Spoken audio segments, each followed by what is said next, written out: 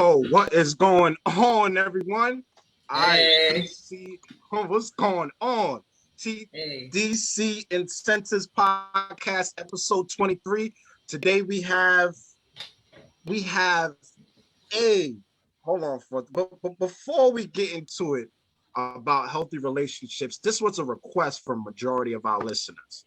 So a lot of our listeners wanted to talk about marriage, divorce, relationships, and it's just been like I got female listeners telling me, can you talk about how men, why always they do this?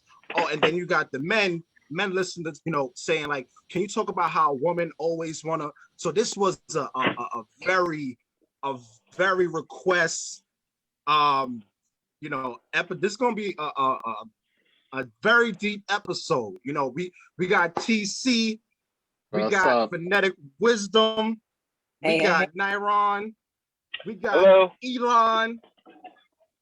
Listen. Oh, we here. All right. Let's jump into it. Let's definitely jump into it to the questions. I'm gonna start it off. I'm gonna start getting deep real quick. So I feel like my first question is, I really feel like when it comes to us as human beings, when it comes to society, relationships, and marriage, I feel like it's a learning process and it's very educational. Like, it's, how you work on yourself and you want to grow. I think when it comes to relationships, it's the same thing. Like, it's a never ending process. So I can talk about me, right? Where I can be a good brother, I can be a good best friend, I can be, a good father, friend, everything else. But when it comes to my partner, my significant other, that's something that has a deficit, or something that I lack. So talk about more of a deeper phase of how can we get into that. We can be a good friend, we can be a good family member, a good brother, but when it comes to your significant other, we have a deficit about that. Can you please explain that, please? Yeah. I guess, well, this is Miss Avery in the background you hear, but he's the star of the show, man. Yeah. So I believe that, like, what you're saying is true. I think that a lot of times someone can be very great in a lot of fields, professionally, in friendships, and a lot of different things, and just be terrible in relationships. It's a learned thing, and the reason why it's so hard is because you're dealing with somebody else that you're inviting into your space. You're inviting to who you are. Like, you're saying, this is somebody else I'm going to be very close with, and I'm taking everything that they are and putting them with me.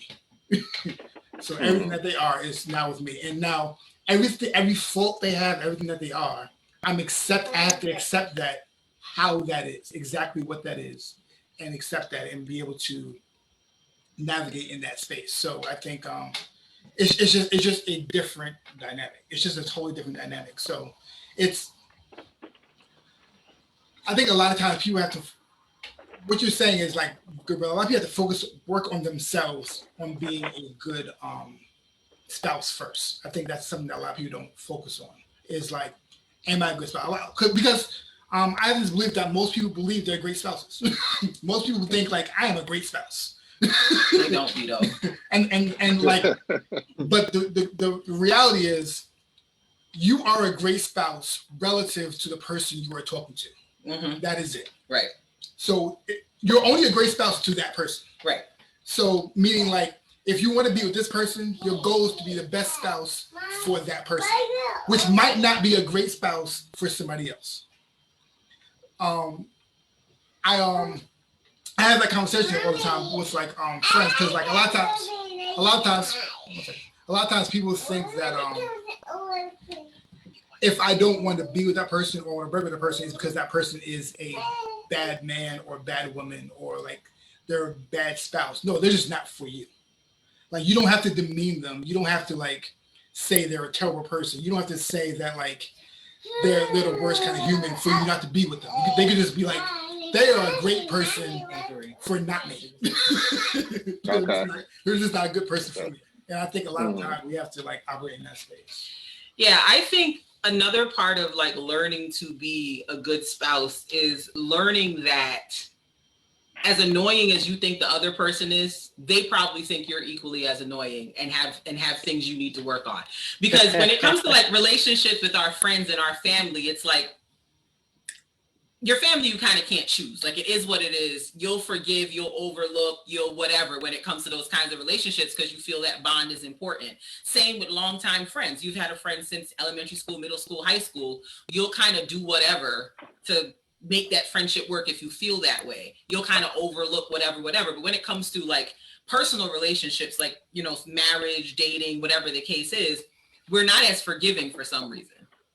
Like the thing that like our boyfriend or girlfriend could do the same thing that a friend would do. And for some reason, the boyfriend or girlfriend doing it is 10 times more annoying. And it's like, well, what's that really about? And I think it comes down to us holding the person to such a high standard that's like almost impossible when we're not really meeting that standard in our own selves. And because we're not and another thing too, I feel like when you see your partner or your spouse doing something that's really like, it really bothers you, like really, rather than take a moment and be like, why is that bothering me? Because the truth is it might be bothering you because it's something that you do that you think is annoying about you. And it's being manifested in your face and you can't take it. Ooh. That may be it. But it's like, you wouldn't have that same reaction with, you know, like a friend or a family member. So it's like, you got to get deeper into like, what is so triggering about what's happening with this person that I'm having this reaction and we're now having this friction, as opposed to being able to like have a conversation and figure out like what this person can kind of correct so that we don't continue to have this conversation over and over about the same thing. So I think relationships are really about open communication and having the conversation, even when it's uncomfortable, because if you've been in a relationship for a long time and you know you're not having conversation, the arguments are going to be the same over and over and over. And the trigger for the argument might be different, but the underlying issue in the argument is the same because you've never just confronted it head on. Oh, that was deep. That was deep. I have one question about that. TC.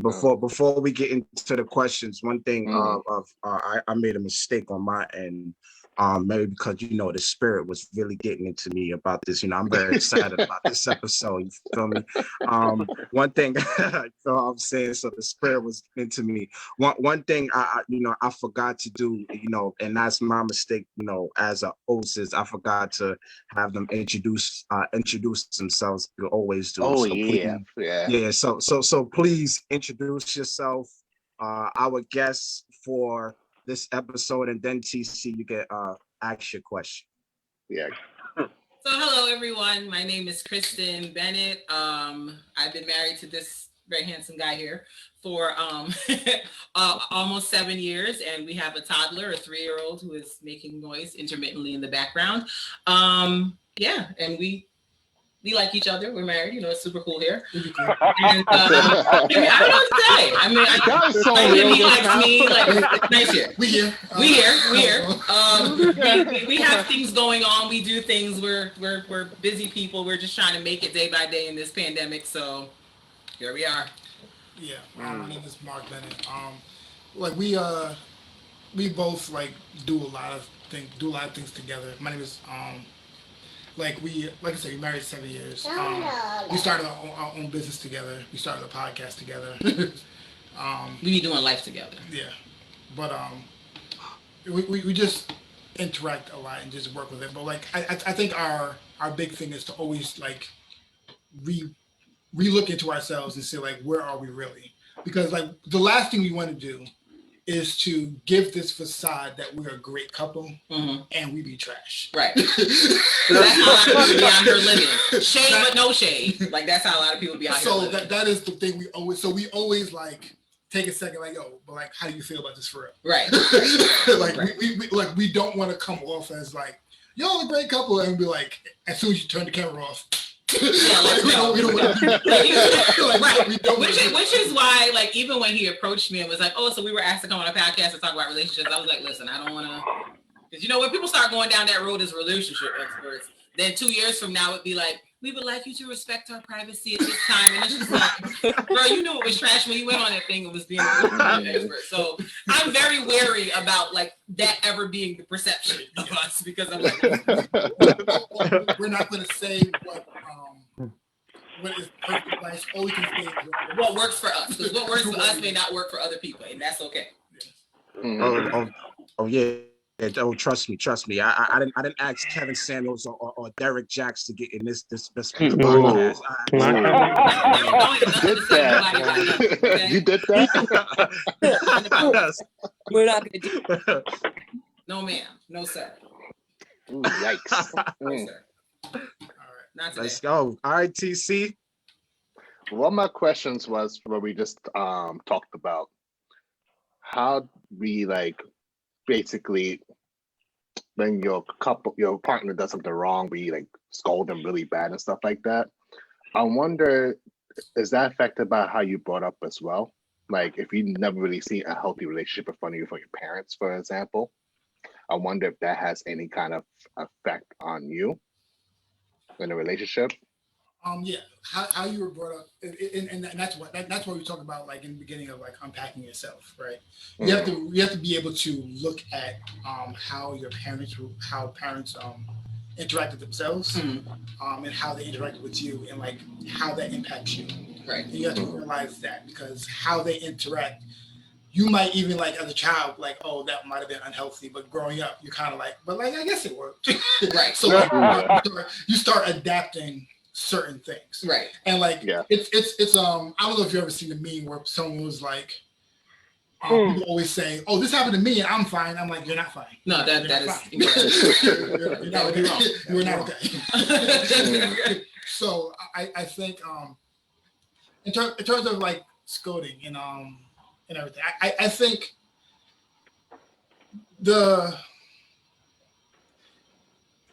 it's important to understand that you are on equal grounds and that is not your child. And it's important to note that with somebody. It's important to address it that way. That is not your child. That is not someone beneath you. You are both on the same page. Right. So just like how you make mistakes, they make mistakes. Mm-hmm. Yes. And many times, like we have this conversation all the time, there's like, if I mess up, we could have a conversation about it, but the same way how she knows I messed up, I know I messed up too, and I'm beat up about it. So like, she doesn't have to keep telling me I messed up. Right. Right. I know I messed up. Right. Like I don't like he doesn't have to make a mistake, and then I'm there like, yeah, you know what you could have did? You could have did that too, and this is what you could have did. Like I know I messed up. Right. Like he knows. So like if it comes to I messed up, and then like I'm not doing anything about it. Like okay, we have that conversation again, but like, give your spouse the opportunity to fix things. Right. And stop trying to feel like, oh, if I don't tell them, then we're like, you don't have to address it every time they mess up. Right. You don't. Mm-hmm. And also, if you're dating somebody that you believe is intellectually beneath you, perhaps you shouldn't be. Like, I mean, if you feel like you have to be like, I gotta teach this person, you shouldn't be the person is either too young, either age-wise or emotionally, physically, like something ain't right. Because at our big age, like we're 35. Like if we weren't married, I wouldn't be trying to date a 35-year-old man that I was trying to teach things about life. He should know. Yeah. He should know. So if you're having those types of conversations where you feel like you have to raise your partner, you're doing it wrong. Just break up. You can't be counselor and spouse. Respectfully. You can't respectfully. You can't be counselor and spouse. That's not how this works. You are together, working together. You're not trying to bring somebody up or teach somebody or mold somebody into somebody. Yes. They are. We have got to stop these project relationships in 2021. We have got to end it. We have got to stop it. In Jesus' name, we have got to stop it. No more projects. No more projects. We're not doing that here. Like, no.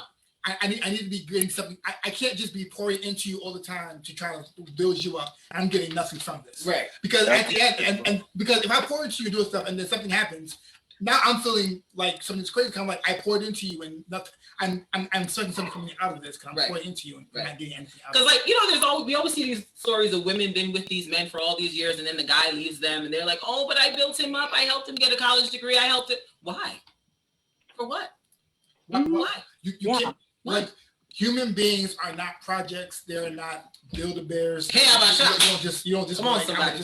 like we do that sometimes, especially like and like with a grown adult. We're kind of like, nah, but if they're like if they change a little bit, that'd be great. I've told this to people all the time. Before you even get to the point of engagement or anything like that, if you cannot accept the person how they are right now, forever and ever, and if they never change, do not get engaged. You're not engaged. You're not marrying somebody based off what they can be. You're marrying based off who they are right this second. Right. So if they are right this second, not who you. If they never change, you're not okay with that. Do not be with them. Right, because they ain't gonna do nothing different once y'all move forward. It's gonna be the You same. can't do anything to change anybody Without that they don't want to change themselves. Exactly. That's it right there. Woo! Hallelujah. Praise God. Okay. That's some gems there. Yeah. Wow. And you see, hello. I don't mean to interject. Well, I do mean to interject. Interject. Do what you do, sir. So just so y'all know, before just so y'all know, Nyron is the kind of person that'll give you 50 questions. Yes. Be prepared. Yeah. Brace yourself. Okay. See, well, everybody else agrees with your statement. I think I don't. Okay. I believe. I believe in the potential of human beings. I believe in the value of growth, right? And I know that people have a tendency to get stuck in their ways. But if you choose to be in a relationship with someone, I think that it's almost your duty to try to bring out the best of who they are, right? Like you're trying, like. For me anyway, when it comes to relationships, if you love somebody, if you want to be with somebody, you always want to see them be the best version of who they are. And I think, yeah, right. So, and if you agree with that, it kind of contradicts the notion that No. Let me interject. I was ready for that. Go ahead. I want to clarify what you're saying, but go ahead. No, it's okay if you want to interject in my interjection. That's fine. No. I think it's healthy to try to push your partner and try to make them better. I don't think it's a waste of time if they never get to where you think they should be. I think if you love somebody, you want to see the best version of who they are. You want them to be the best version of who they are. I think that's just natural. Agreed. And I think just for a point of clarification, there's a difference between supporting someone who is making efforts and taking strides to get to whatever that best version of themselves is, as opposed to pushing someone who does not want it, regardless of what potential you see, regardless of what you think. If it's like if he's saying to me, for example, Mark is saying to me, you know what, I want to go back to school. I want to get my master's degree. And he keeps telling me this, but he don't research school the first. He don't fill out a FAFSA. He don't do no type of work on his own to get there. What am I using my time to push him towards that for? It's clear that despite the words he's saying, and this is a totally hypothetical situation, despite the words he's saying, the actions aren't there yet to back it up. The most I can do as the partner is say, whenever you're ready to go into this, we can talk about how we're going to balance our child care situation. How is this going to be paid for? Like, I will support to the death. I am a supporter. But if I don't see that you're making the steps, even after I give you the clues, like, hey, you said you wanted to do this. Let's look at this. Let's look at that. And you're just doing nothing with it. At some point, I'm just going to be like, well, I've provided the information. I've let them know that I'm here to support, and I will continue to do that. But I'm not going to take time away from building myself to build you when you don't want to be built. Yeah, and also to your point, we weren't saying you don't fight for them being their best person at all. Yeah. I think it's a different conversation of if they don't change, I wouldn't be with them. Right. That's a different conversation. Right. Okay. That's what I'm saying. Yeah. Meaning like, and that's why I said, if you can look at somebody, if you're with somebody and like, if they never change and they're the same way they were always are, and you're okay with that. Yeah. And you're okay with that, then that's okay. You should move forward. Yeah. If you are banking on the fact that they're going to change before you be with them, then maybe you should move on. Right. That's what I'm saying. Because you don't want to. I'm sorry. Let me finish. Go ahead. Because a lot of times what someone would do is like, all right, I think they're going to be that. Like I'm molding them. I see them going to be this person later on. So let me just latch onto this person because they're going to be something better later on. And this is what I assume they're going to be. That is not why you be with somebody. Right. You're with somebody based off who they are and how they act right this second. Right. That's why you're with somebody. Yeah. You'll fight to move forward, but that's why you're with somebody based on who they are now. Right. Right. Because you don't want to get married and then 5 years later be like, you never reached the potential I thought you were going to reach before we got married. They didn't know you that. They didn't. And the fact of the matter is the person you could be molding them to be is not the best person for you at the end of the day. Or the best person for them. Or the best you might be molding them to be somebody that's incompatible with the two of you. You might be molding them to be somebody that's better for somebody else. And that's a hard truth to swallow sometimes, because I feel like a lot of us have been in situations where we've been that person, where we've molded somebody and like we've almost molded them out of compatibility with us. And it's not intentional, it just is what it is. But you got to be mindful of that part as well. I have a story with I have a friend who one person is very ambitious, right? They're very ambitious and they go hard with everything that they're doing and everything. The person who they were with, they were attracted to who they were and everything, but who they want to marry is somebody who's a stay-at-home. Mm-hmm. Right? Mm-hmm. But they have to understand is what they're attracted to is their ambition. Yeah. If you take away their ambition, you're taking away a part of them. You're not gonna like them anymore. Yeah. So you can't want them with their. If you want someone with ambition, you want everything that comes with it. Yeah. Right. I wanted somebody who's very vocal. Right. Kristen is very vocal. I can't say I want her to be very vocal, but not vocal in this. Right. Not vocal about. I want her to be vocal.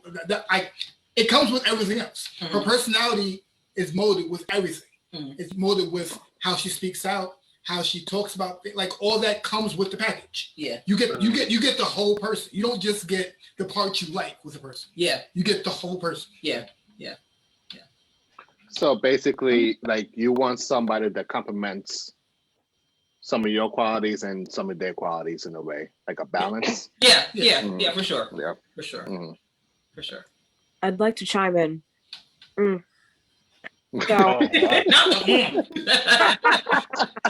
I'm tapping in, y'all.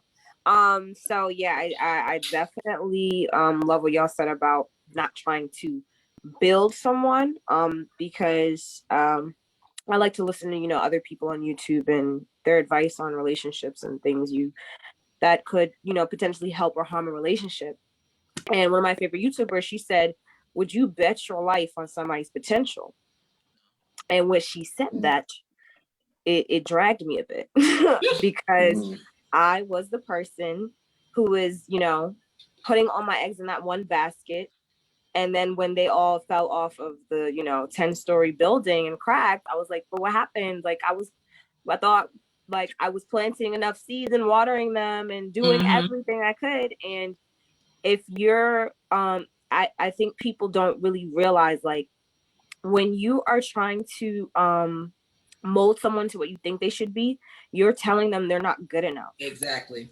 Yes, I agree. And so that's like, oh, I you're great, but you could be so much better. Let's see how you could get there. Like, you're not their life coach.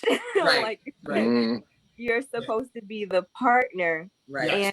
And I definitely resonate with that. Like, don't try to build nobody, because that's just going to lead you down a very resentful road. And I've personally been there. Yeah. Like, I've had my ex tell me, like, oh, like, you really helped me. Like, I'm so grateful for you. but you never turned back to think about me when you was doing better. So like, I think it's important to like really be mindful, like, okay, what's my agenda and why am I going about my relationship like this? Like at what point did I think that I needed to raise someone to be with them? Like, why do I want to be with a child? Because that's the psychology, right? Right. And so I wanted to go into another question. Like TC kind of touched on it. He, brought up like, seeing things your parents did. So I wanted to get a little deeper because I do think seeing what our parents do is very important in our relationships and, understanding how we move in them. So like for both of you, what would you say is something that was positive that you saw your parents do that you bring to your relationship? And what is something that you would say was like negative that you're like, okay, I have to work on not bringing this into my relationship because that really didn't work out or it was not healthy? Well, my parents weren't married, so I don't really have Okay. a frame of reference here. They weren't married, and I think, thankfully, I guess we can go by your grandparents. just knowing what I know about them. Bad news bears. But my grandparents primarily raised me, and they were married for like 63 years before my grandfather passed away. And they had a very traditional kind, like, I'm an islander. I'm from Barbados. That's where my family's from. Hey, what's up? Hey, friend. We see each other. And so my grandfather was the one who went out and made the money, and my grandmother stayed home and like took care of the house and took care of the kids and whatever. Like, I don't think my grandmother ever had like a job for real. Like, she was really good at baking, so she would like sell stuff like, to people in the neighborhood and stuff like that. But like, that was kind of their role. Like, I never saw my grandfather turn on a pot, boil a thing of water. I never saw him do anything like that. And, there is some part of me that, while I'm a very modern woman and all that jazz, there is a part of me that I think enjoys like serving my man and taking care of him and doing stuff for him because that's what I saw. So I think that's something that I think I've taken away from that. I think something that I've also taken away from watching my grandparents' relationship is sometimes it's best to just be quiet. And not like to diminish yourself, but in the sense of when conversations are getting heated and, things are getting ready to go left, like just being quiet. Because like my grandparents were like, it was cool. They was married for a long time. They weren't really arguing, going back and forth like that. But I would notice that, like when they would get into their little tiffs, like my grandfather at some point would be like, okay, sis, let's cut this. Let's cut this before it goes too far. And so I think that's something that, I kind of saw and kind of was like, I didn't always exercise it in previous relationships, but I think in this one, I've definitely been more conscious of kind of being quiet sometimes when I'm like amped up and ready to go, because, once you say stuff that you can't take back, like it taints your relationship forever. Because people don't forget when you say really hurtful things. So I think those are two things that I would say I took away from their relationship. I think if there were any negatives, it would be that when my grandfather did pass, like nobody kind of knew what to do because he did everything. Because that's what men in that time did. They paid all the bills. They just took care of everything. And they never really taught anybody how to do anything. So when he passed away, it was really kind of like who takes care of this? How do you take care of this? How do you pay this bill? How do you do this? How do you do that? And so I think that was a negative because it was like, dang, like my grandmother was really out here like by herself. But I was a teenager, so I didn't have no like legal rights to anything or anything like that. So it was like trying to assist her the best I could, trying to figure out what to do. Like that was I would never want that for myself. Like I would never want him to be so on top of taking care of things that I never know what to do in the event that something happens to him. Knock on wood. Mm-hmm. So that's my takeaway. It's like having conversation about those things so that if it ever comes to that, I at least am aware enough to know how to handle the affairs going forward. For me, so I think the positive, I guess, would be like seeing how how my father has always tried to do whatever he can for my mother all the time. Like my father has always been like, I'm gonna try to do whatever I can for her. Sometimes to the detriment of us, but it was always for like everything for her, all the time and everything. So I think I've always was like, all right, always put your best foot forward for your spouse. Always put your best foot forward. And it kind of helped me carry over into adulthood and even in past relationships. Because I was always like, I put forth my best foot forward. So when it was time to leave the relationship, I had no regrets because I tried my best. I'm moving. Yeah. I tried the best I could. I'm good now. Yeah. And the same thing. The negative I think was just bad communication. And I don't think I noticed how bad communication was until I had a conversation with because we went to premarital counseling and like the person who was talking to us told us a lot about communication. And I was like, and then you start to notice bad communication patterns. And because communication means I'm saying something, and not only do you hear what I'm saying, you understand my intent, you understand what I'm trying to say, you understand what the meaning behind it is. And if that is not coming through to you, then we have bad communication. Yeah. Right. If you're not getting my intent from me saying something to you, then we have bad communication. Yep. Yep. Right. So what would happen would be like I had to tell myself, I actually spoke about this with my friend. I was like, I told myself, all right, when we're having communication, let's take off the table any ill will. Take off the table that they're trying to hurt me at all with anything being said. No matter what's being said, take off the table they're trying to hurt me with their words. They're trying to hurt me or that they don't think the best for me. Like, take that off the table. So now I can come through every conversation with open eyes. Right. So even ears. Yeah. So even if something is said that is hurtful, I'm still hurt, right? Because I know the words are hurtful. So I'll still address that. I was hurt by what was said.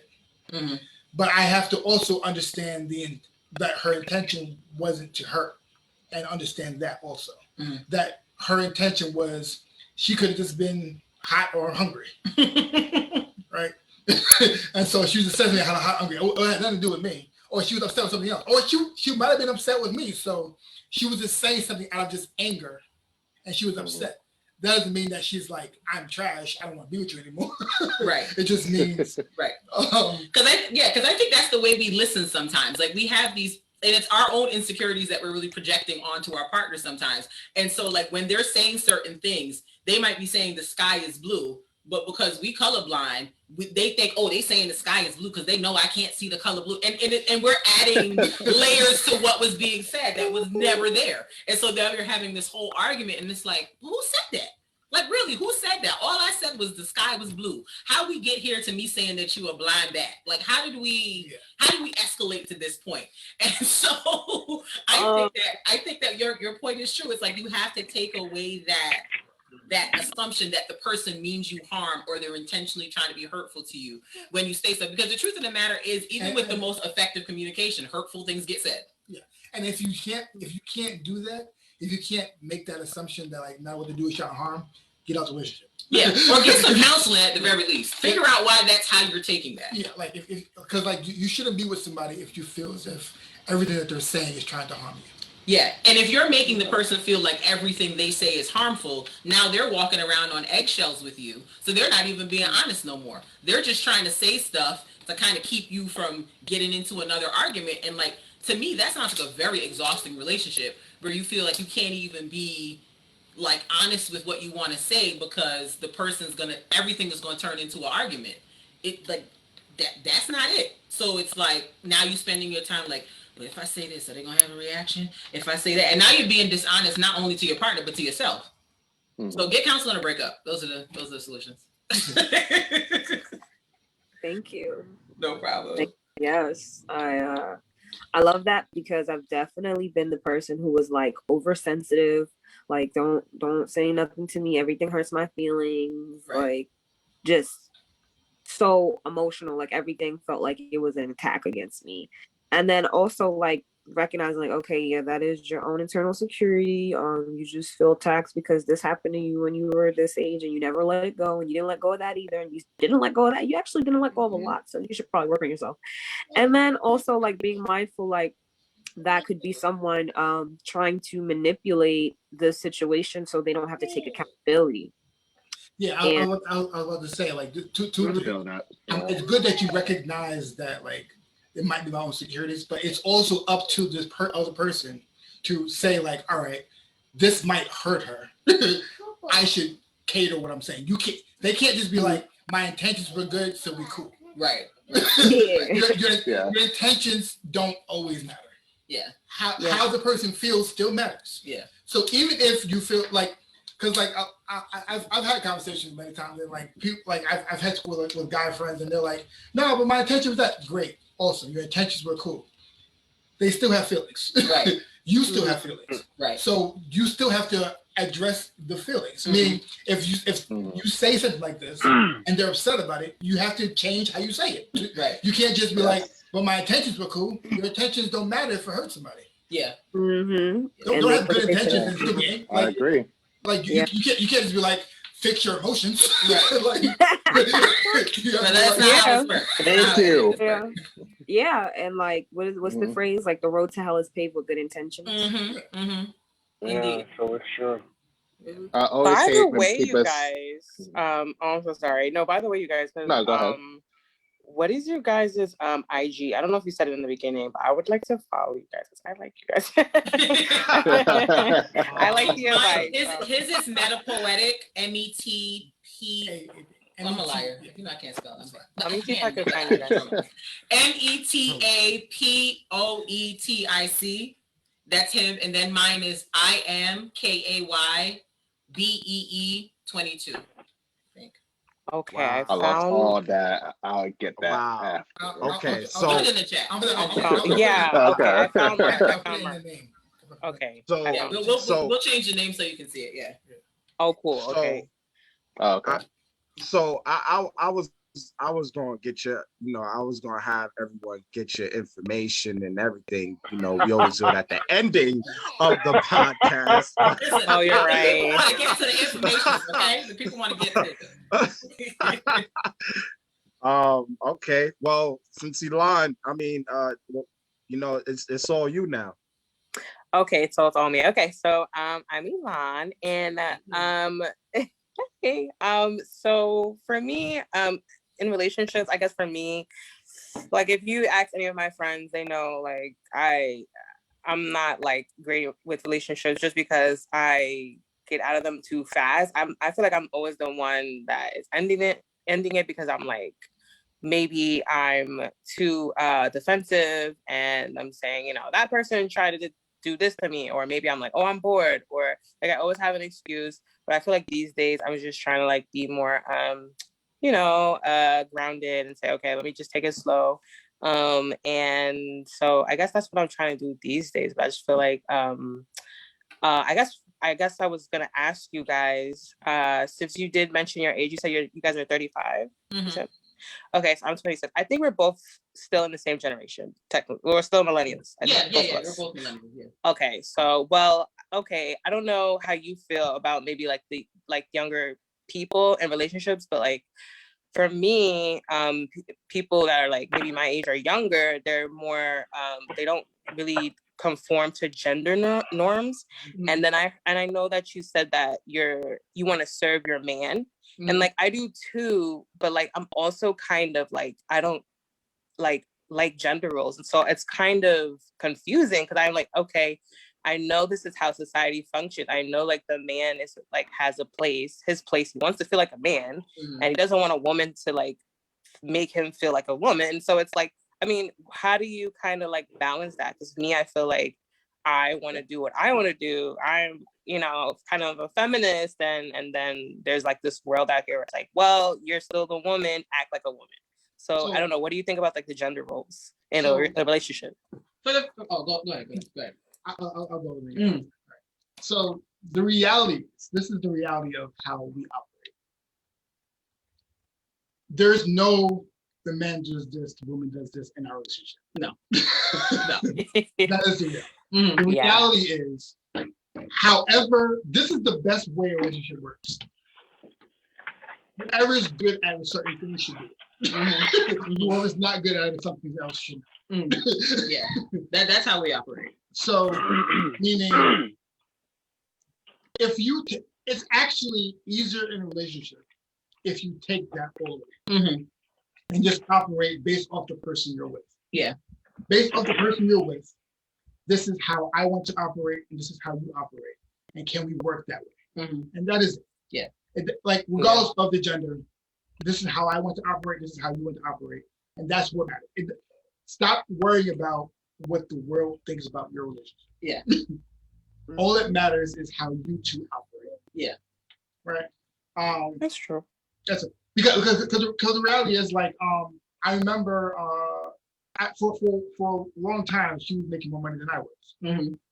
Right. And like, I remember I was having a conversation with somebody, and I was like, yeah, my daughter, she's young. I was like, yeah, but it comes to a point where like I have to we have to, like, someone has to stay at home with the daughter. Like I'd probably be the one to stay at home because it just makes sense. She makes more money. Why would I take away her paycheck? Like it makes no logical sense. And the person was like, and it was a woman. She was like, I don't understand. Yeah, I was like, but it doesn't make sense. Why would I not stay home and take her to child and have the it doesn't, like, gender roles. It makes things more complicated. Is when you're trying to act less. Just however y'all operate is operate based off of what y'all are. Stop worrying about what society is. Operate the best way y'all can operate. Yeah. Like for me, when I said I like to serve him, let's be very clear. A man that has dated me in the past does not know currently. I have never served a man a plate of food in my life besides him. Never. Because I felt like guys I dated who were West Indian, for the most part, they had this very like heightened expectation of the woman cooks and the woman washes clothes, and I ain't gonna do nothing you expect me to do. If you're coming into the situation, like I will never forget my ex's mother was like, "You don't wash my son's clothes." I sure don't. Sure don't. Really? Your son's washing machine and soap work. Like, wow. That's nuts. so I'm his girlfriend. We're not married. We're not engaged. I'm not washing his clothes. What you think this is? Please. And the fact that he had the expectation that I was going to do it further pushed me not to. Like, Mark has never expected me to wash his clothes, to cook food, to make him a plate, nothing. He's never expected it from me. He's never verbalized that he demands that from me. And I do it specifically because he does not demand that from me. If he started being like, well, woman, you need to be cooking this meal, that'd be the last meal I make. I promise you. It'll be the last one. Because I like entitlement to what I want to do bothers me. I do not like when people feel like I have to do something. Maybe I need to grow up, and that's okay. But the minute I feel like you're expecting something, oh, that's over. Absolutely. I don't want you to get caught up with what she said. No, like, I mean, to be honest, this pandemic has been the most I've cooked in our entire relationship. Because when we lived in Long Island, he drove to and from work. I worked in Manhattan. So he would always get home before me. So like when we got married, the conversation was whoever gets home first starts cooking. Like if you get home at 5:30 and I don't get there till 7, if you're waiting for me to cook, we ordering some food because I'm not starting anything at 7 o'clock after being on the Long Island Railroad. It just doesn't make sense. It's stupid. It just doesn't make sense. So you mean to tell me you've been home for an hour and a half and you waiting for me? It just doesn't make logical sense. It doesn't make logical sense. She will cook on the weekends because she's home. Yeah, but like during the weekdays, it just doesn't make sense. It doesn't make any sense. And like going back to your point about like things that work in our relationship, like for some people, the woman is the better financial manager. She should be the financial manager. Like I know that's something so true. A lot of guys want to kind of take that role, but it ain't for everybody, baby. Like you just got to play on your skills. You're not good at it. You're not good. You're not good at it, and the family gonna be bankrupt because you trying to be. I'm the man. I pay the bill, sir. No. Let's not. That's so true.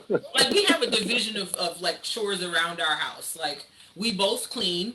I don't clean bathrooms. I made that very clear very early on, and so that was decidedly his chore. And like we cool with that.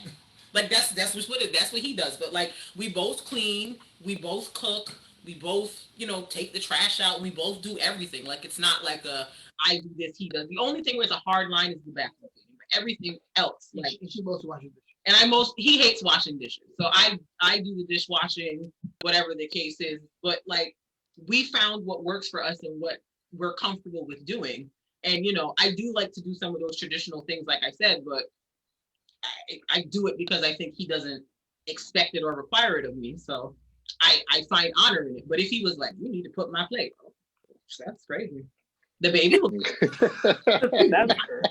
Because I was born petty and there's really nothing I can do about it. Yo, you are funny as hell. I'm just saying. I'm like, listen. That's like the whole West Indian you. I feel that though, like, oh, you want to cook, please. I could not believe when his mother was like, you don't wash my son's clothes. I couldn't believe she was having the conversation. First of all, why are you telling your mother I don't wash your clothes? Like, what You don't wash my son's drawers. What is this conversation? So yeah. And like, wow, yeah. That's some real stuff. The wildness. That's so true. Let's go. Especially about the financial stuff. And then like wifely duties for girlfriend status. Like, why you keep playing with me? To what? Like, oh yeah, what I say? Not me. Not here. Not. Cleo didn't raise me to do nothing. So. Two stush. I admire the girls who do it. Truly, honestly, go with God, but not. Amen. Me. I would never encourage. You're not the only one. Even my mom is like that. She'd be like, "Hey, boy, me ain't cooking today. You better figure it out." I'm like, "Sheesh." I was gonna ask you. It be like that. My grandmother used to do that. On Friday, she would like, "I hope you kids had the meals for the week, cause I'm good on Saturday. Don't look for nothing from me. I don't know what to tell you, respectfully, and you just gotta figure it out." So, yeah, I kind of feel like island people just roll different. They just roll different. It's true. Yeah. No, you're not lying. My mom's Jamaican.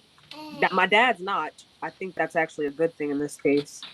But you got balance. I'm here for all Jamaican man slander, so go on with it. I'm crying. I receive it. No, I almost didn't talk to him because I thought he was Jamaican. I'm like, listen, before him, I dated 2 Haitian guys. And the other one was Jamaican. So I was through with the Islanders, like as a general principle, like it wasn't for me. I don't blame you. Yeah, it just has not worked for me. I love them, truly, honestly. Love them from a distance. That's it right there, honey. That's it right there. Yes, baby. I take offense. Yeah, I mean, it's all you're not a nice American girl. I can't do it, respectfully. I'm good. Okay. So what's your take on business and pleasure? Hold on. Pleasure. Yeah, that's what I'm about to say. What do you mean by business? Mixing business with pleasure. Like dating your coworker. Yes.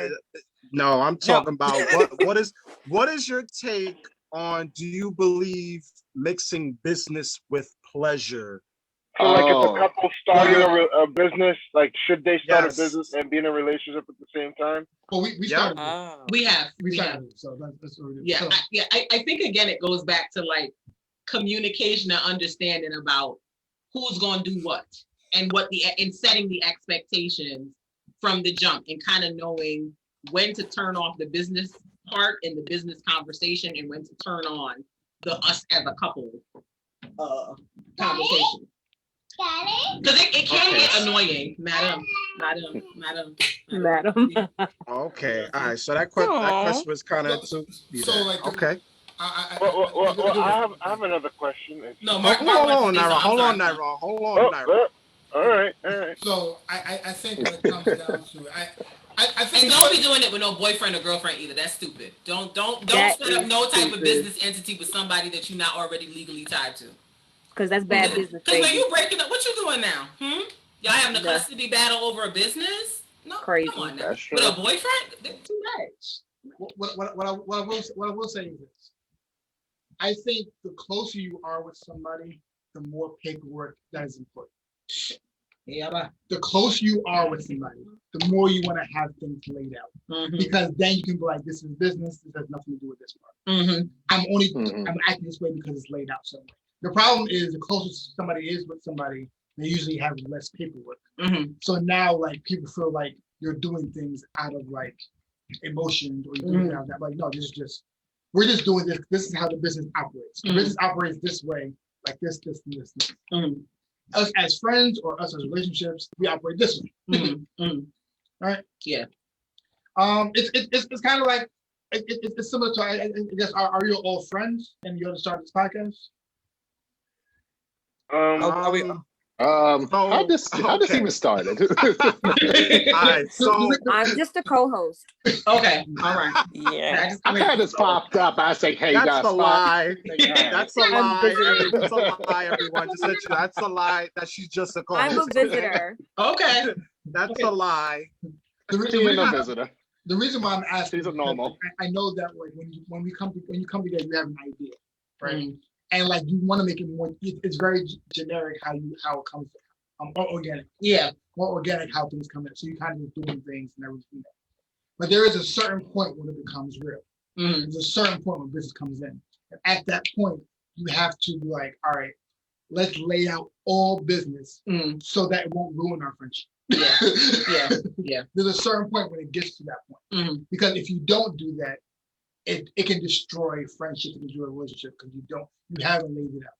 Yeah. There's a certain point where you're like, all right, now this is the cuts, this is what we do here, this is what we're doing, this is what we're meeting. Yeah. This is the rules. Yeah. These are the bylaws for how we're going to operate in this business. And then when we're not in the business, now we can be friends. Or in relationship or whatever the case is.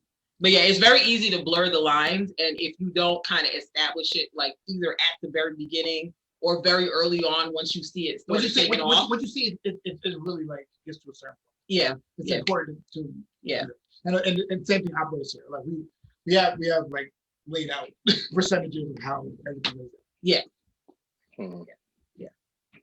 Okay. Okay, Nairon. So it's all right. it's on you. All right. I'm glad I get to ask my question. All right, come on with your question. Yeah, he was waiting patiently. Very I patient. was waiting ever so patiently. No, so it's a two-parter. It was my first question is Let my man get his two-parter off. Why are you messing with him? All right. So my That's how you first said question it. is, how long were you dating before you decided to get married, and when was the moment that you knew, sir, that you wanted to propose and marry this woman? So we dated for a like month before we became a relationship. Yeah. Right. We started a relationship in 2010. We got engaged in 2013. Yeah, so it was like a little under 4 years. Yeah. Okay. And when was the moment that you knew that you wanted to propose? I knew I wanted to propose way before we actually did it. I just needed the money to do it, and I wanted us to have certain financial together. And I know it's a very like guy answer to say that, but it's kind of like I just want to make sure a lot of times what we tend to do is we want to like make sure that like you're not gonna have money for everything, but you just want to make sure that like if something goes wrong, we have stuff laid out. Okay, so then I guess a more elaborate question would be, why her? What made her stand out that you thought, oh man, when I'm in a better financial position, she's the one I want to marry? I think that started early when we first were around stories, because like she's one of the very few, if not only person who kind of like engaged me intellectually a lot. Who very she engaged me intellectually. We had a lot of deep intellectual conversations, because like it's annoying to like try to talk to somebody and you feel like I got to teach them about everything. Like I'm very much about like education, about civil rights, activism, certain things, right? I don't want to have to explain it to you everything. I don't have to explain to you about certain things that are going on in the world or certain things. Like I appreciate it. Like we both like our first few dates were go to a restaurant and then watch comedy specials. Right. That's what we did. We enjoyed like a lot of the same comedy specials. I enjoyed our thoughts about religion. We had like a lot of the same information about it. I enjoyed that we had the same outlook on like how we tend to look at the world the same with certain So there's a lot of things that we interact. Do we have like disagreements? Of course, but like I don't think that there were any. I am always confused with someone who's together for 6 months and they argue all the time. Yeah. That like if you can't if you're together with someone for only 6 months and you argue all the time, it's kind of Just break up. It's only 6 months. Like I'm not saying everything should be fantastic, but you shouldn't be arguing all the time over 6 months. Y'all barely know each other. Y'all representatives are still in the building at 6 months. What y'all arguing about? So like you tell me you're in the honeymoon stage and you're still like angry. Like I should break like you understand what I'm saying? Like and I understand like it's just y'all should still be kind of like working things out. Like everything was good for a long time. Yeah. Like and our arguments were nothing like crazy. No. Even when we had arguments. No. It wasn't like it never resulted in like like with no screaming at you with disagreements that we worked through. Yeah. So like I think that being able to interact and like learning and we're both growing together. So like I will grow as a person, as a spouse, and she will grow as a spouse. And if we're both growing and we tend to be growing in the same way, it makes sense. Yeah. So there was never a moment where you were talking to her or you were around her, you were just like, oh my gosh, I want to marry this woman. No, that like I said, that was early on. That was like in the beginning of the relationship. Yeah, like in the beginning. Yeah, like because and I don't know if you ever like. And my story is not an uncommon story. There's a lot of people I know who like in the beginning, but you're not gonna like propose at the time. You're like, am I wilding? Yeah. Am I no. Like we said, I love you to each other like in 2 weeks. Yeah. And meant it. And I will never forget the moment I realized it. I said, I am not trying to fall in love with anybody because, baby, it's okay. Because I had just gotten out of a relationship. Because when I met Mark, I had just graduated from college and was starting my master's program. And so I had dated the same person all through college. So I was like, yes, I'm in my 20s. I'm about to see what's out here in these streets because I've been locked down all through college. That was really where I was mentally because my advice to teenage girls going to college, don't date anybody. Be single. It's entirely too many people out there to be tied down to somebody all of college. Mm-hmm. I guess my life worked out the way it was supposed to, but I literally met Mark at a time where I was not looking for a partner, and neither was he. He had just broken up with somebody maybe 3 months before, and I remember a conversation we had like amongst a group of friends. And he was like, "Yeah, I'm kind of on a sabbatical from people right now," but it was like we just had a connection, and like we just started hanging out, going out every day. And I remember we were going to Culpeppers in Brooklyn. It's a Bayesian restaurant. And we were riding the Long Island Railroad and we were sitting across from each other. And I looked at him and I was like, God damn it. Like I knew it. Like I knew I was in love. And like he looked at me like it's like we're kind of telekinetic a little bit. We're not telekinetic, telepathic a little bit. And it's like I could see on the look on his face, he knew what I was thinking and he was thinking the same thing. And so we said it like later on that night. And I think I said it first and I was like, if he was gonna say that. Because 2 weeks is really early. That's a huge risk that you're putting out there. You know? I would not recommend this to anyone on the I would recommend it to anyone. I also say like a lot of, if somebody were to say that to me, I'd be like, girl, that's nuts. You shouldn't. And I realize we also both have like a very older way of like approaching relationships and dating. Excuse me. Number one, and we also were like. We just didn't. We both had like a no time for nonsense kind of thing because we were like, it's gonna be. It was not gonna be anything. Like because we came in like, let's just see what it is. I'm not trying to play games because if it's nothing, I'm moving on. So like we got like there was no like, oh, I got the phone number. Let me wait a few days. Like now I'm calling right now. So what's going on? We call like none of the norms of dating. Yeah, I didn't play any of the usual games, and none of the games. We were like, let's just see if this works out now. Cause we don't have time. Like I'm like, I said I want sabbatical. Let me just see how it works. Right. And if it doesn't work, I can just move on. Yeah, like all the things I would normally do to try to impress a new guy, I didn't do. None of that stuff. None of it. Like he got regular schmegular degular me. Like that's exactly what he got. He liked it. That's cool. because I wasn't going into it like I want to be with this guy, I want to date him. Like it was just like, hey, what's up? What's up?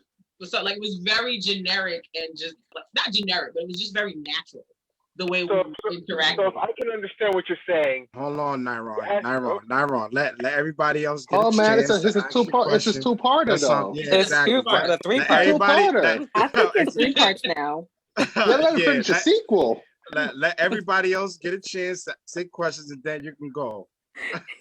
He knows Nyron. He already preempted us. He's like 50 question Nyron over here. So He did say that. He did.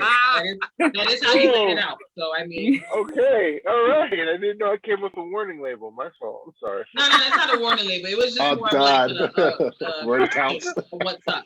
That's what it is. Just a notice. okay. Yeah. So wait, does anybody have questions? Not really. I was Unless you finish your sequel. Oh, okay. I was- No. yeah. No, so if I can understand it, I don't know. I'm assuming you asked your future wife out, but you guys are sitting on the train. You guys date for a little while. 2 weeks in, you're sitting with each other, and you just go, "Oh man, I'm in love with this person." In 2 weeks. In Yes, 2 it weeks. all right. happened. Wait. Hold on. Hold on for a second. Wait. You don't have to get into all that now, okay? You don't have to get into all that. You don't have to. But if you want to, you can. It's up to you. How good was that Asian food? Is my question. I'll say this. You ain't never had a good meal, baby? I think when you have a connection, you notice the connection. I think a lot of times we, like to your point, we both were like, this is not early. Yeah. Like, because like many times we're in relationships with people, we might feel it, but we're not gonna say nothing. Like we're like, all right, it must be just gas or something, right? It's a little gas. Yeah. But like it was just a good day. Yeah. You know what I'm saying? How did you know it wasn't a good day though? It was. Okay, Nyron. Okay, Because they Nyron. married. But Okay, also, Nyron. what's also very interesting about me and Kristen, and I talked about this yes, what did I talk about? Like since the first day, I guess since that like Monday that we met and we said we're gonna like start talking, I have seen her every single day since then. Like short of like We have seen each other at least once a day. yes, every single day while we were dating. Like short of like us me going to like a conference or something for work or him going on a conference. We have been together. I've seen her at least once. Damn near That's what every I day. said. Like we weren't like none of the This days, wasn't 2 weeks on the phone. Like we were seeing each other every day. like all those Over days, that 2 weeks. and when we didn't see each other, we were on the phone. Yeah. So like all those dating things they tell you to do, like don't push too hard, everything. We didn't care about any of those things. Right. We were like, I like you, we're gonna talk. And if I don't like you anymore, we won't talk anymore. Like that was it.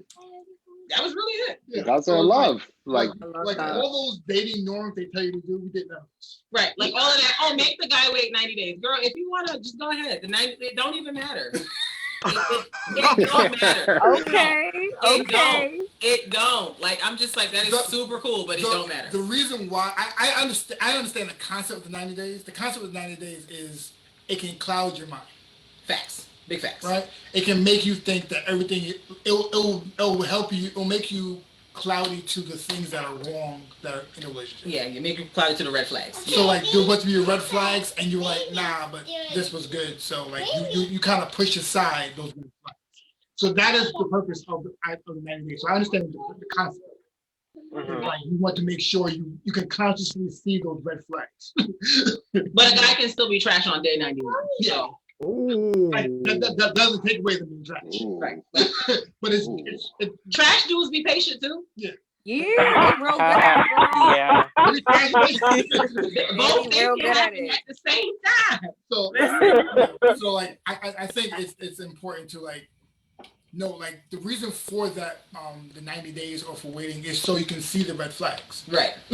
Right. Without being clouded by the sexual aspect of things. Yeah.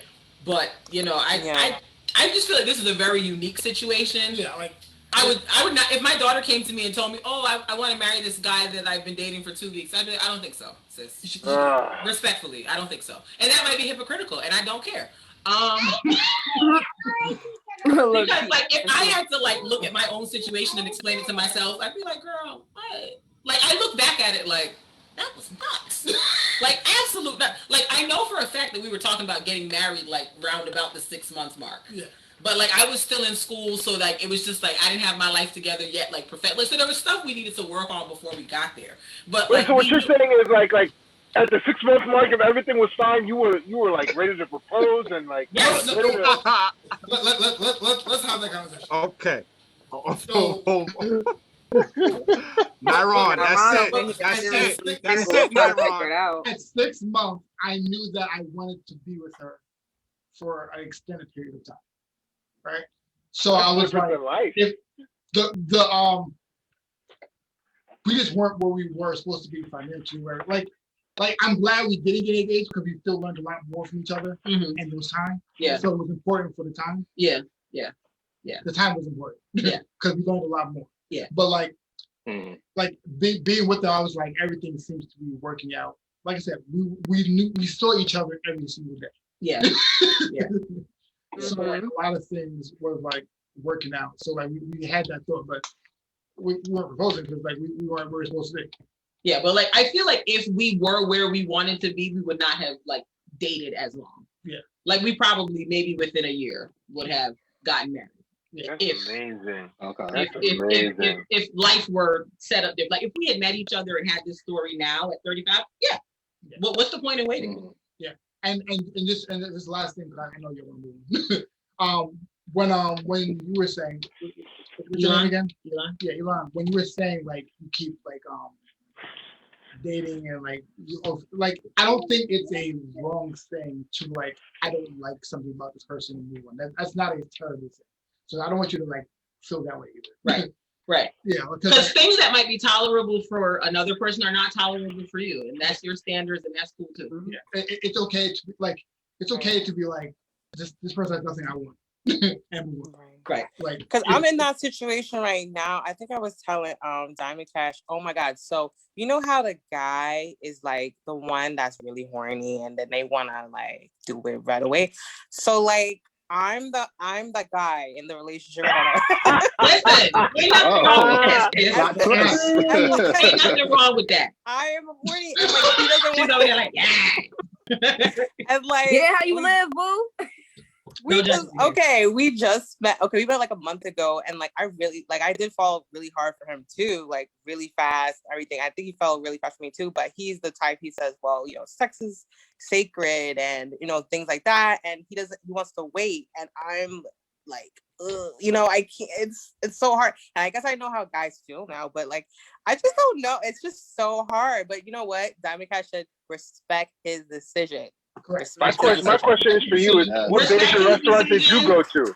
Yes, respect his decisions, and also you're still single. No. Don't, Elan, that's not. Hold on. What? Elan, just let you know, this is pub. This is going out to the world. Just let you know. Yes. It's live. live. No, it's we know cool. this. It's live. It's okay. Yeah. Elan. Oh, okay.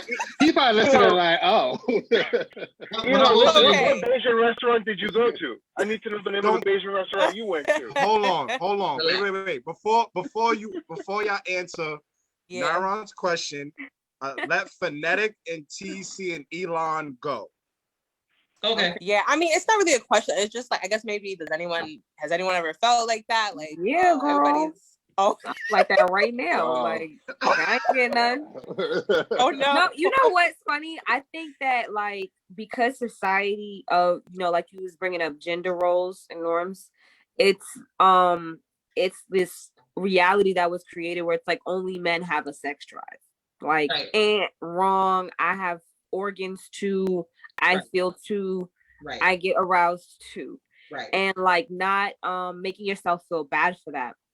Of course, like you definitely want to have discernment in any given situation.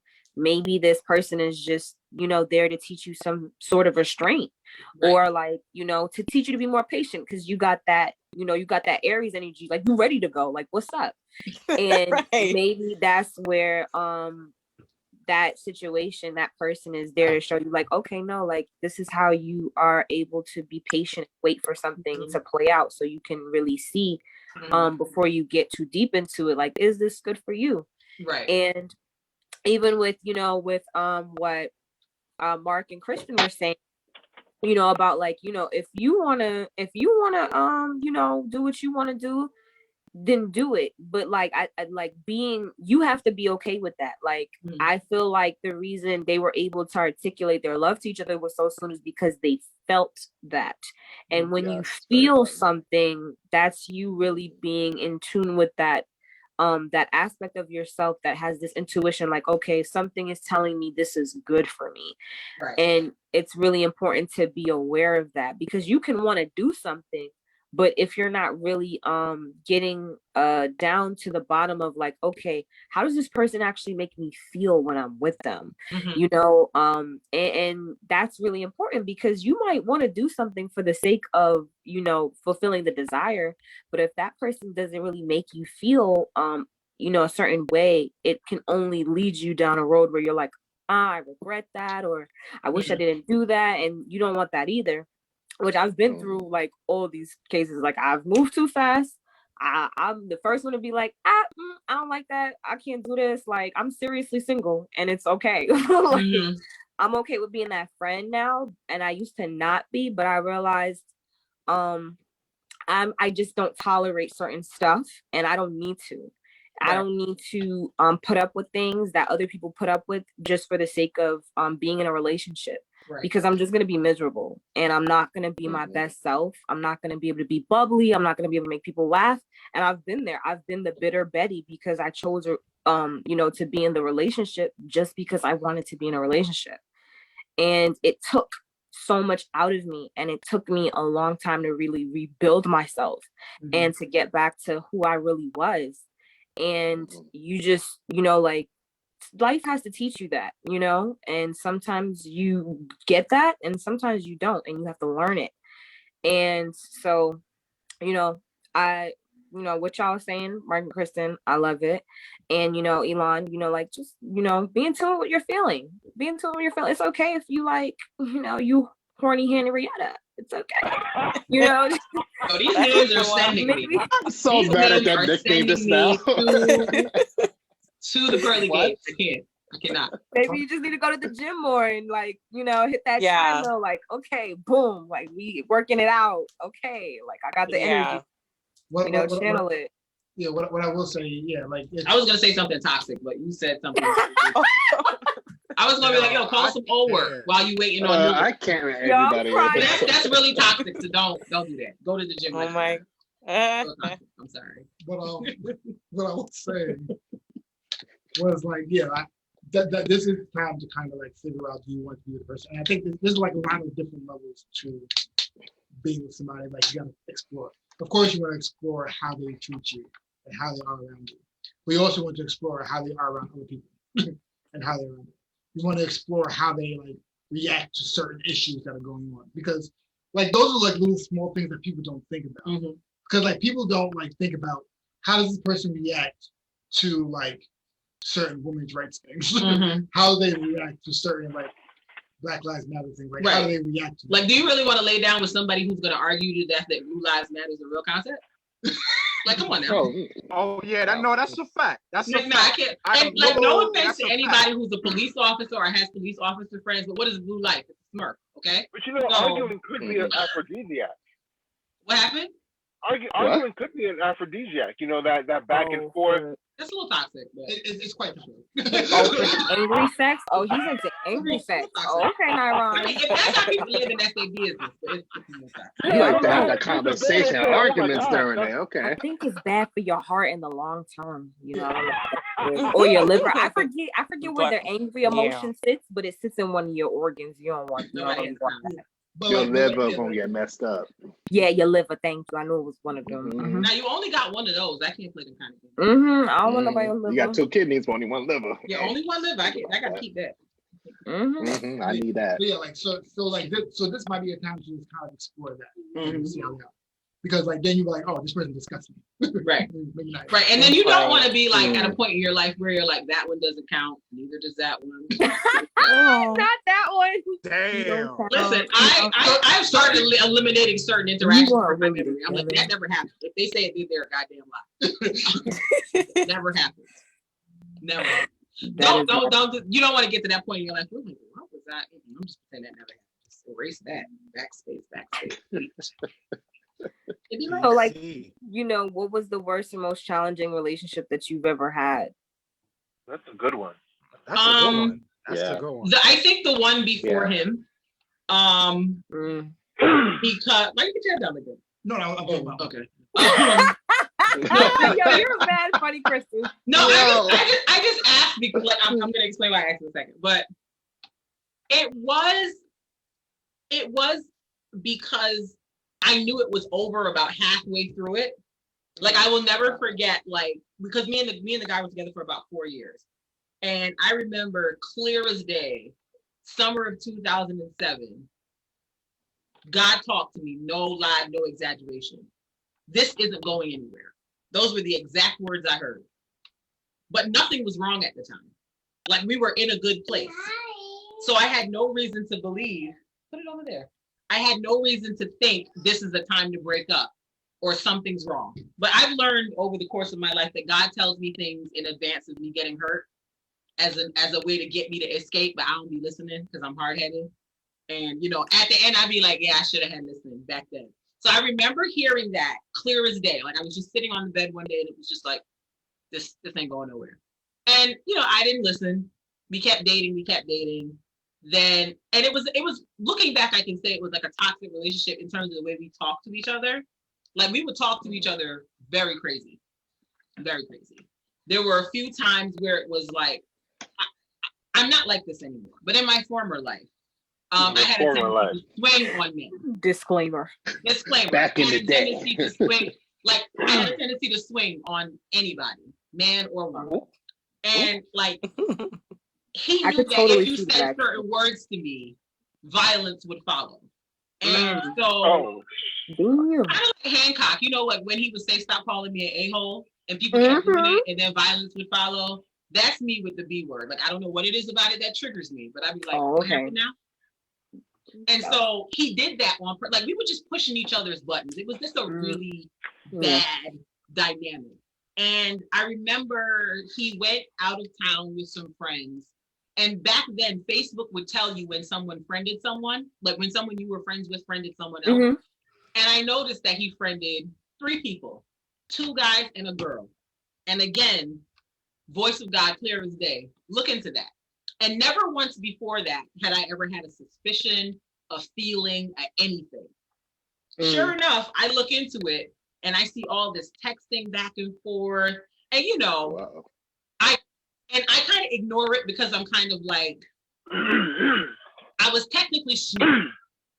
So how do I get this off in a question form without looking like I was snooping? Hadn't come up with one. So I just kind of let it rock. I didn't say anything. Then we went to his brother's house for Thanksgiving. Was it Thanksgiving, Christmas, one of them holidays? And we were getting ready to go out to the store, and he had his laptop up, and I guess he was checking his like bank account information to make sure, you know, to make sure everything was on up and up, and we could go do what we had to do. And I saw a charge for a hotel, and I was like, okay. So for 2 days, we went back and forth, mad toxic. My liver was probably very damaged as a result of this back and forth. And basically it came out that him and this person had been in this clandestine relationship for a couple of months. Basically when the inkling was check into that, that's when it started. And so basically we kept being together for a year after that.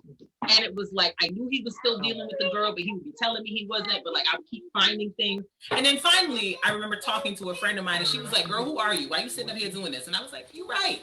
What am your girlfriend said to tell you that. No, like, and this is someone that had been my friend since I was like 15 or 16. And she was like, girl, me does not recognize you. And I was like, sis, me either. And so I finally was like, yo, we should probably just pack this up and take this home respectfully. And the funny thing is, even before we actually broke up, maybe like 6 months before, I had said we shouldn't do this anymore. because we don't trust each other. You doing whatever you doing. I'm like, I wasn't raised to live like this. And, you know, he was very manipulative. And, you know, he was like, at one point he legit threatened to kill himself over trying to break up with him. Narcissist. And I should have been like, okay, go ahead. Because people who say that 9 times out of 10 aren't really going to do it. That happened to me before. He would kill himself. Oh my He's still out here being God. I remember one time, Hey. I remember like he went somewhere and drank like crazy. And then me and his brother had to go get him from like the train station because he was like sloppy, falling down drunk, like just a mess. And I was just like, Oh, he's ugly drunk. Like, what is my life right now? This is the ghetto. What is it? The ghetto. And so finally I broke up with him.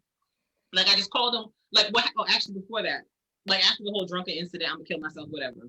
Finally I called the girl, because like we shared a phone at the time and I had her phone number and I had never used it. And I'm not the type of woman to be like, I want to come to you as well. I'm not that girl. But I don't like when people play in my face a lot like I'm stupid either. That upsets me. Don't do that. So I called the girl and I was like, so sis, I just want to confirm some details with you. Just so that when I present the facts to old boy, the math is mathing. So I was like, based on what I've seen, this is when y'all started talking. This is when y'all did this. This is when y'all did that. And I guess he had coached her in the event that I called. And so she was like, she was kind of giving me canned answers. And I was like, oh, people think I am dumb. Okay. So I said, everything you're not saying is telling me what I need to know. So I got off the phone with her. I called him and I said, we're not doing this anymore. Like just as a general, I'm done. I'm finished. Whatever, we done. And I don't think he accepted it. And so it was like, I remember one time, like Mark and I had gone out and like my friends were calling me like, yo, this dude is hitting me up, trying to figure out where you at. What's da da da da da. And like, it was like crazy. Like he was scaring my friends because they were like, is he okay? Because he's calling me, he's pulling up to me on campus, like, where's Kristen? Da da da da da. Like he would pop up at me at my job, because at the time I was working at the college I was attending as like a graduate assistant, and like he would pull up to my office. I remember one time he came and brought me flowers, and I was like, bro, I'm still not talking to you. Like he tried to get me to go out with him one time with his niece, and I went to go see some little Chipmunks movie or something, because I was like, I'm never going to see this niece again because this relationship is over, and I had bonded with her over the time that we were together. So when I finally told him, look, I'm kind of talking to someone else, i.e. him, my guy lost it and went on like a rampage, like trying to basically like tarnish my character and like ruin my friendships with people. Like it was just the wildest of it. I've never experienced anything like that, and I never thought that someone I had been with for that length of time would react that way to something that they essentially caused. And, you know, the reason I asked why Mark put his head down, because Mark remembers like that period when I had just started talking to him, but this guy was still trying to get back with me. Like it was a lot of craziness going on where I felt like the guy was trying to figure out who Mark was. And I remember we went to a party one time and he tried to pull up on Mark, and I was like, wow. Like, because he kept staring. Are we doing at me that now? Mind you, he's at the party with the girl he'd been cheating on me with the whole time, but kept saying he was so we at this party together. I'm posted. In my former life, I'm a swing type of chick. So I'm standing in the party. He's staring. Every time he come around, he's staring. I'm like, so what's up, dog? What's up? And he was like, you know what? I think you a whack ass B. And all I remember was and him grabbing my arm, like, nah. And then after that, he tried to press up on me, and I'm like, no. I need you to understand we're gonna fight in this party today. So like, be clear. So it was very tough. Very tough. Clear. I'm no longer that person. I no longer swing and fight. I don't do that anymore. So this is the problem. What's the problem? The problem with that whole situation was, number one, I don't go to Hofstra. Right. Yeah. Hofstra? Yeah, that's where I went to college at. Me too, girl. Okay. Oh, nice. Hey. Like, I don't go to Hofstra. Number one. Number two, I have nobody here. He got all his friends there. I gotta go. She's not thinking. I'm mad at you. She's not thinking. I'm mad at you. You gotta live to tell Very the story. smart. Right. Nobody Exactly. Right. In retrospect, that was factual. But yeah, like it was just dumb toxic, that whole situation. I'm just like, I look back and I'm like, when I heard that very clear, get out of there, I should have listened, because what happened like after that, I could never have imagined would have been the outcome of a relationship with a person that I ultimately did not think was a bad person. They just weren't the person for me. Yeah. What about you? Mine was I was previously engaged. Oh yeah, I keep forgetting that. Oh wow. Yes. He likes to get engaged to people, but he married me. These are jokes. These are jokes. These are jokes. Jokes. Big jokes. Okay. My man's disappeared. Where you at? No. These are jokes. These are big jokes. Big jokes. So I was engaged, and the person, she wasn't a terrible person. She just wasn't for me. Right. Mm-hmm. Meaning, like, I got engaged to her because I was with her for a certain amount of time, and I just felt like after a certain amount of time, you should probably just get engaged to somebody because you're with me. Wow. So I was like, we've been together, but like that stupid song. You've been together for so long, might as well do it. Jagged Edge, maybe at the altar. We ain't. Wait, what is it? We might as well. We ain't get no younger. We Let's get married. Yeah. So it's like, which is the trash line.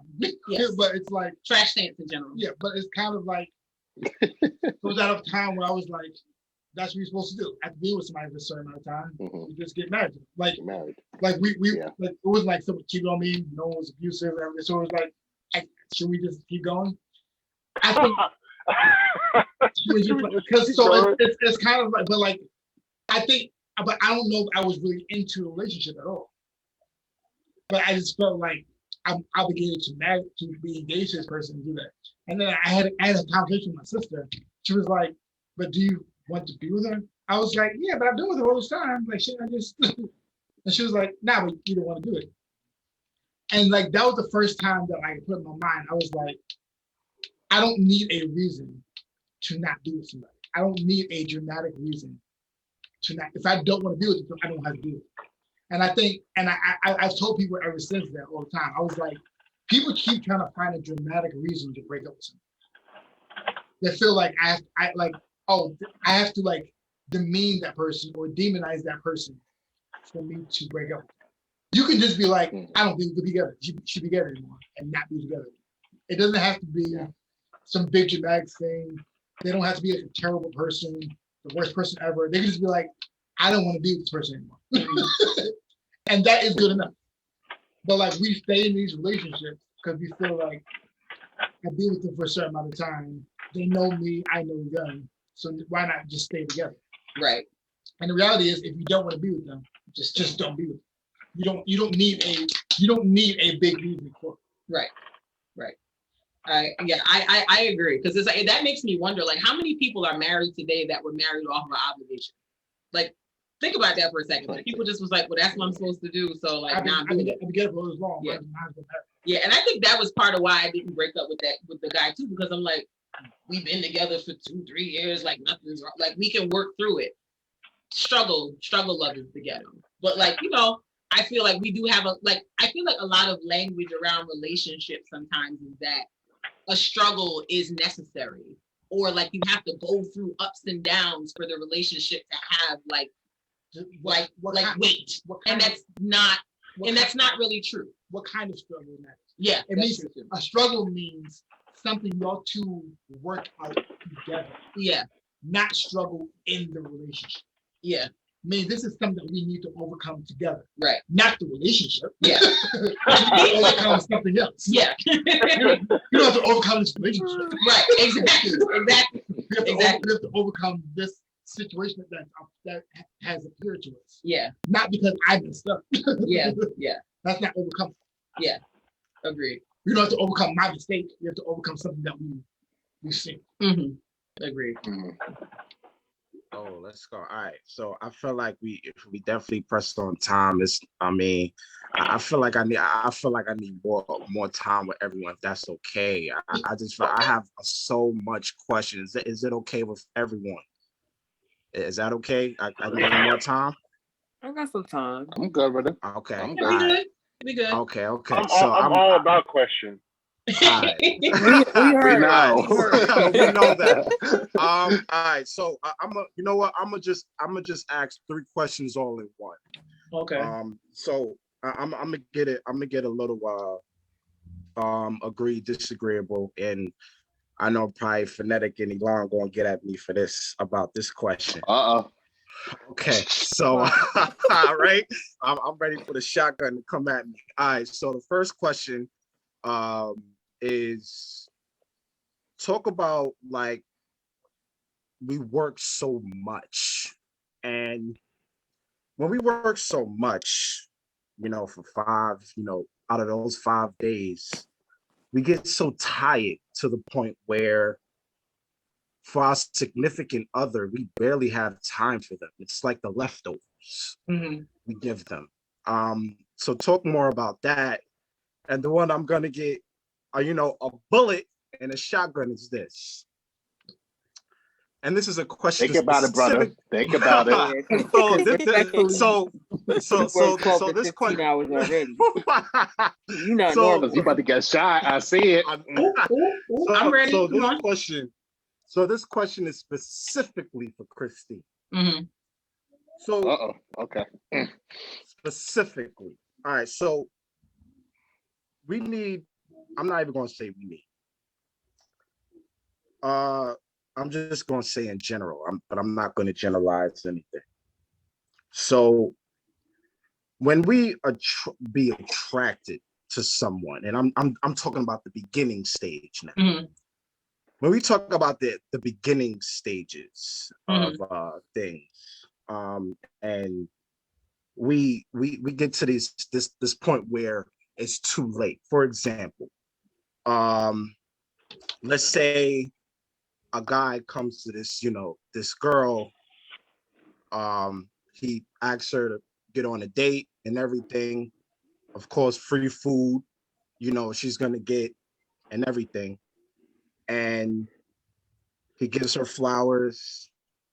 Then after all, he wants to, he wants to give him her, her all.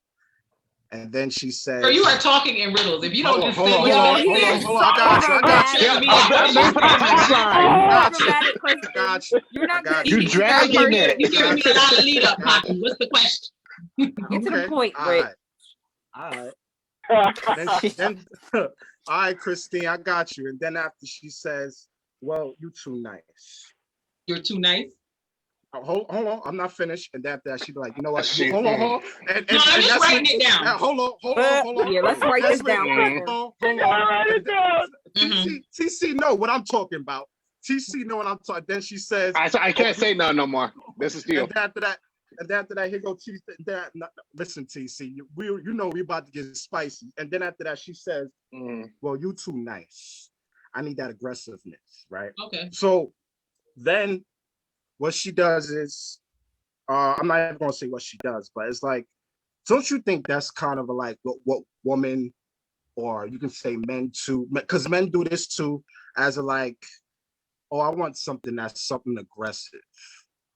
So maybe I'm gonna get with this person because I want to fix her up a project. I want to fix this up project. And instead of, actually, you know what? I want the high value person instead of, I don't want this person because he's too nice.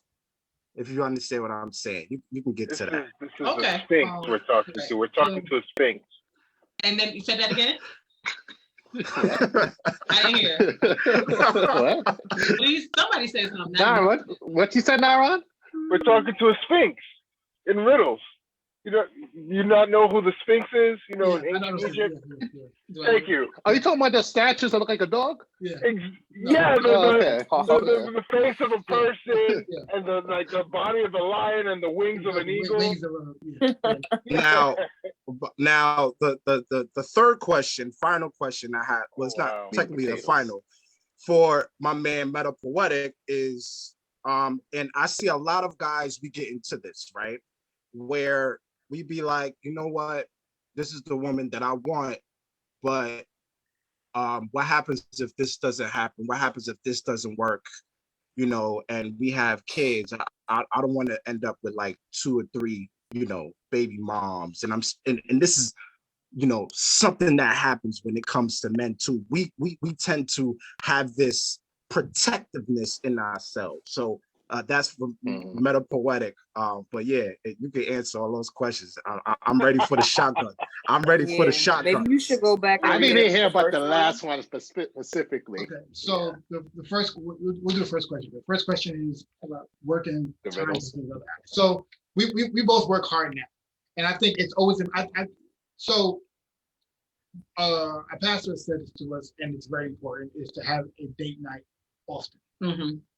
Date nights are weekly, monthly, whatever it is, however you set it up. Just to have it often, because you need to come back and be like, hey, how do you feel about this relationship? What's going on with you? You need to check in. How do you feel about what's going on? What do you feel what we're going? Like, you check in. Yeah. Because like you don't, because like what happens a lot of times is you'll be in a relationship and you don't know that your spouse is over it. You don't know that the person you're with is over this relationship because you don't have that conversation. You don't know where they are, where their head is. Yeah. So you want to check in. So I think the date night and checking in is important.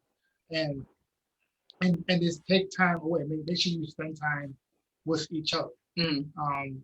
Like if you're both working tired and everything throughout the week, fine. And take some time to weekend. Make sure you take some vacation time to go out and do something. Like you have to make time, because if you don't nurture your relationship, it'll die. Yeah. So you have to nurture your relationship. Yeah, I think another piece too is communicating what your work is and what it looks like to your spouse. I think because of the pandemic and us both being home, we have a very clear understanding of what each other's work entails. When we were both going to work in person, like we kind of knew, but it was also like we would do our check-ins and be like, oh, these are the things I'm working on at work. These are the things you're working on at work. So I know, like, if I call him during the day and he doesn't pick up the phone, I know that it's because he's like at a meeting doing this, or he's working really hard on this thing or that thing. So like kind of letting your partner know like exactly what their work is about and what the expectations are for them is really important. Like we talk to each other, I think especially more now because we have a daughter, and for a while daycare was closed. So it was like trying to balance who's gonna kind of take care of her during the day. Like we had to have conversations like, okay, what does your day look like? When are your meetings? And so we have those conversations on a daily basis. Like we literally, before we got on this podcast, we were like, okay, so for example, we have to do grocery shopping. We normally do grocery shopping on Sunday nights because don't nobody be in the store. But that's our pandemic. Don't nobody be and they always restocking for Monday. So if you go to the stores like 7:30 on Sundays, empty. So that's when we normally grocery shop. But because we were coming on this podcast, we were like, okay, when can we go? So we literally pulled up our calendars and was like, what you got going on tomorrow? What you got going on? Okay, so we decided we're going to go grocery shopping after we drop our daughter off at school because I don't have a meeting till 12 o'clock. So that's literally how we do our balancing our work and our relationship. It's like when we have time in between meetings and time in between stuff, like we'll just sit down and like talk to each other or like watch an episode of a show or do something that we just enjoy to like kind of decompress and de-stress and like not let the work like overtake us. So I think it's really about going back again to communicating about like what's going on. And if you feel like your needs aren't being met and you're not getting the attention you desire, communicating that as well. Because if I don't know that he needs more attention, he's not going to get it because I think everything's fine. So it's like if he sits there and lets resentment build up and then we have a big argument, it's like, well, this could have been avoided if you just said, you feel like I'm giving work too much attention and you need more. So I think it's also important to check in and see what's going on. And yeah, agree. Like I'm always very big on it's always a responsibility of both people. So on one end, it is my responsibility to voice your opinion, but it's also her responsibility to check it. Yeah, it's my responsibility to see what's going on with her and check in with her. The same thing, her responsibility to let me know what's going on. Yeah. So because sometimes you're too much in your head, you don't check in. Yeah, so it's both responsible. Yeah, because I think sometimes too, like when people are dating, and this is like more pre-pandemic, where people would be like kind of shirking responsibility of like communicating with their significant other because they were working. You are not a surgeon. You are not saving the world. Ain't no much working in the world. So where you cannot communicate with your partner at least once a day, like you technically just what, but there is no amount of work that you're doing that precludes you from talking to your partner at least once a day. So when people be like, oh, I haven't talked to my man in a couple of days, he's working. No, he has another girlfriend or another family. You need to do some investigation into that. Because if you're in a relationship with somebody, I cannot fathom how y'all not talking at least once a day. Like, unless this person is Yeah. in Bosnia, no shade to Bosnia, or some country where they don't have good phone connections or something like that, there's no plausible reason in the 21st century that people aren't talking. Like, work should not be an excuse for why a couple isn't in communication. So, I feel like, like I said, pre-pandemic, people were really using that as an excuse. But again, I think it comes down to communication about what you guys are doing in work and setting your expectations appropriately. Like, if you're dating somebody whose work hours are like midnight to 8, like, you can't really hang out with them at night. You got to adjust what your hangout time is to, something maybe more in the daytime, because that person needs to go to bed because they got to go to work at the time that everybody else is asleep. Their clock is different. So it's just really about communicating and finding out what works for your relationship. But yeah, I think that's really what it boils down to. Yeah. So what was the question? So wasn't that he was too nice, and I want an aggressive? I don't know what a high value man is, so I'm gonna need somebody to define that for me, because I've heard Kevin Samuel say, and I don't know what that means. Like, does it mean a rich man? Does it? Not necessarily. High value man isn't necessarily like he has to have money, but someone who has a certain standard, for how they carry themselves and how they would treat their significant other. So someone who brings value to the table in terms of like their internal self and shares that. But it doesn't necessarily have to be about money. It's just someone, who is valuable to, he's high value to you because he's valuable to you, and you're high value to him because he's your value. Yeah, you know what I mean? All right. Because I've heard that term used, and I was like, I don't know what that means. So you're like, so go back to Diamond's question. Thank you for that. So you're saying you and somebody had some type of interaction, communication, where it seemed like there was mutual attraction. Y'all went on, tell me if I'm wrong, y'all went on a date, and the person, or y'all attempted to go on a date, or I think he was trying to talk in third person, Kristen. Right, don't blow him up. What it is. I'm trying to understand so I can answer the This question. definitely did not happen to me. I'm just speaking in general. Okay. When was telling the story, it was like, I'm asking for a friend, but the friend is me. So I was clear. He does that. So I guess what I've gotten from it is basically the person would say, "Oh, the guy is too nice." Okay. And the guy or woman would say, "I want someone more aggressive." I think sometimes we get too caught up in that sometimes, meaning like I think that like it's okay that someone prefers someone more aggressive. It's not like a terrible, right? It's not. It's like if someone says like I want somebody who's like that, then it's just not for you. Like I don't know if you want to be with somebody who just doesn't want somebody like you. Yeah, like you know what I'm saying. Like to me, too nice is kind of a cop out. Like, what does that mean? Thank you. I don't know what that means. Like, I've never met a guy and my response was he's too nice. So maybe I just don't know these kinds of people, but I've never encountered a guy where I said he's too nice. And maybe it's because I looked for and I wanted someone who I thought was nice. So it might honestly just be that the person doesn't find. This is not good language. Yeah, it's not good language. Because like I don't think they mean the term nice. Yeah, I don't think that's what they mean. I think they mean like, because like some people use nice and mean other things. Yeah. Some people say nice and then mean sweet. Yeah. Right. Some people say nice and they mean like I feel like you just let me do whatever I want. Right. Like and there's some toxic like thought processes about that because again, a lot of people don't understand what a healthy relationship even looks like. So they think that a person who is like aggressive in their language and aggressive in their like demeanor all the time, like that's what a quote unquote strong man is. And that might not be true. He might actually just be abusive or like bad at communication. But and that's not a general, but I'm just saying it's like there's a stereotype attached to like carrying yourself a certain kind of way as a man. And I feel like sometimes you just gotta take the L as the dude. Like if she said you're too nice, then you're too nice, and just move on. She's not, because first of all, if she's using that terminology with you, she has a perception of you. She has a perception of you that you are very unlikely to shake.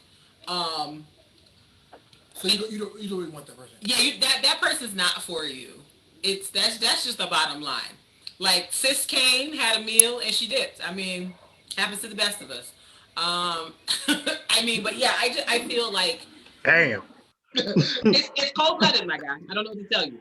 But yeah, I think it's a certain level, and I feel too like it's a certain level of maturity. Because I can't believe that a woman over 30 is using "I'm too nice." If she is, she needs to pull her life together in a very serious way. But there's a certain level of maturity to where you're like Xing a guy out of the conversation and using that terminology. I feel like as you get older and you become more mature, it becomes more like, I don't think you're the right person for me. I don't think we vibe. I don't think this will go anywhere. And, I think that as the guy who's hearing that, you shouldn't then take that and be like, well, I guess I'm going to have to be more like these guys she wants to be. That's not who you are authentically. Yeah. And so you're going to spend a relationship or spend time pretending to be somebody that you are not, to attract somebody who is not genuinely attracted to who you actually are. Because at some point, the facade is going to slip and you're going to be regular you. And then, that creates an argument and conflict. So I feel as if that's what someone tells you, even as disingenuous and quite frankly unhelpful to you as a person, that they're saying that, you just kind of got to take the L and be like, that person's not for me, despite what I think about them, or if I think they would be a good fit for me, they're just not. Yeah, and it's important to be the most genuine person you can be. Yeah. But like, I think you can, wherever you are, just be confident in who you are, and I think that tends to be attractive to whoever you're attracted to. This confidence in whoever you are. Yeah. But what's the last question? The last one was like, I wrote this down really badly. Yeah, but it was like he was basically saying, being with somebody that you really want to be with, but it doesn't work out. You have kids. So like, the question is, being with somebody and you have kids. So I think you got it. Go ahead, TC. Go ahead. No. I'm gonna let you explain it. All right. So pretty much, a lot of guys, and I've gotten this conversation with specifically, my friends too, my guys, as in like, they don't want, they're not married, they're not none of that. Some of them are in a relationship, but they are in a secure mode, in a protective mode. It's like, I don't want 3 baby mothers. Okay. I don't want, that's something that they're saying that's their fear. Okay. Exactly. And so are you saying that they will continue to be in this relationship, like, even though they know it's not what they really want to do, but they don't want to break up their family and or branch out to other people and have multiple? Oh, that's easy. Oh, wow. This is so easy. Go ahead. well, like, it's pretty much like the mindset of how is this going to work out?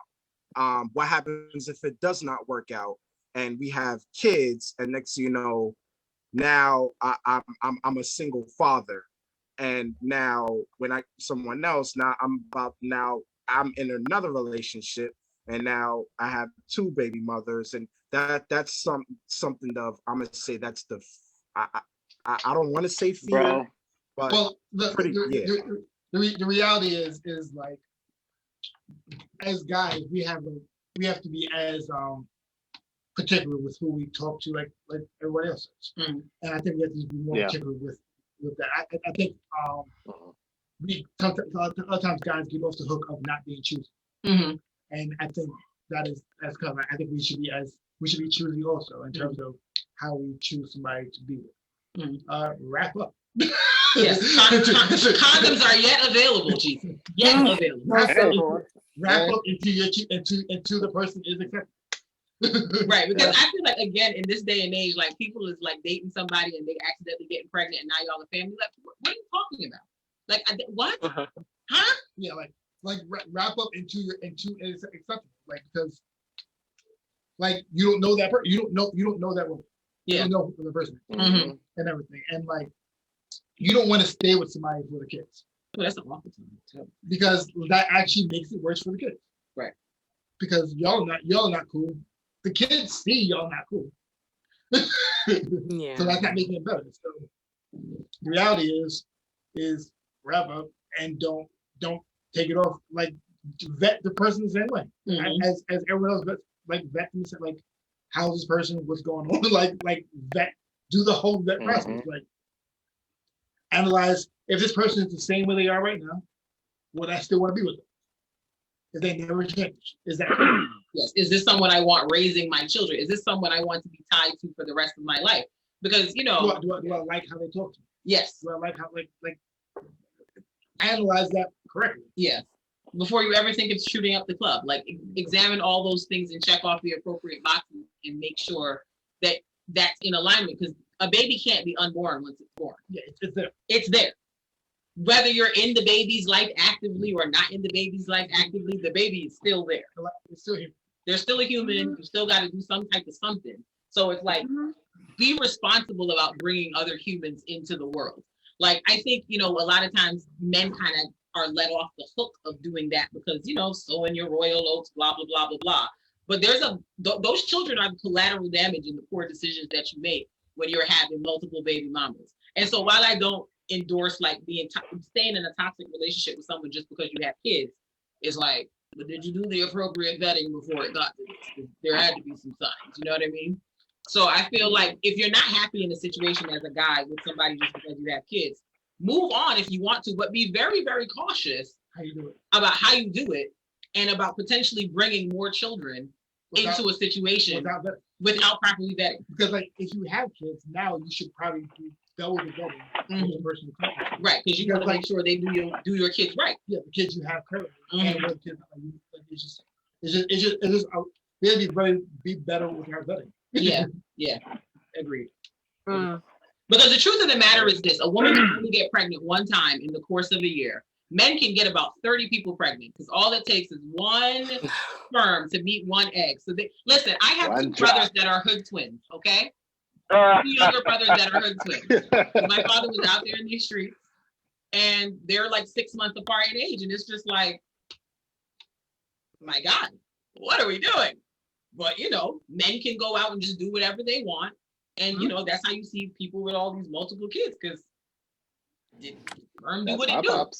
So it's like you got to be responsible with that, because if you having sex unprotected, children result many of the time. You can't just be like, I love this girl. Like, how is this person relationship? How are we at a relationship? How are we together? Yeah. Do how do we interact? Like, all that stuff that doesn't add up. Is this a person I want to do life with? Period. How does she feel about me? Yeah. Right. Mm-hmm. You are doing fine. Is this someone that gets along with my family?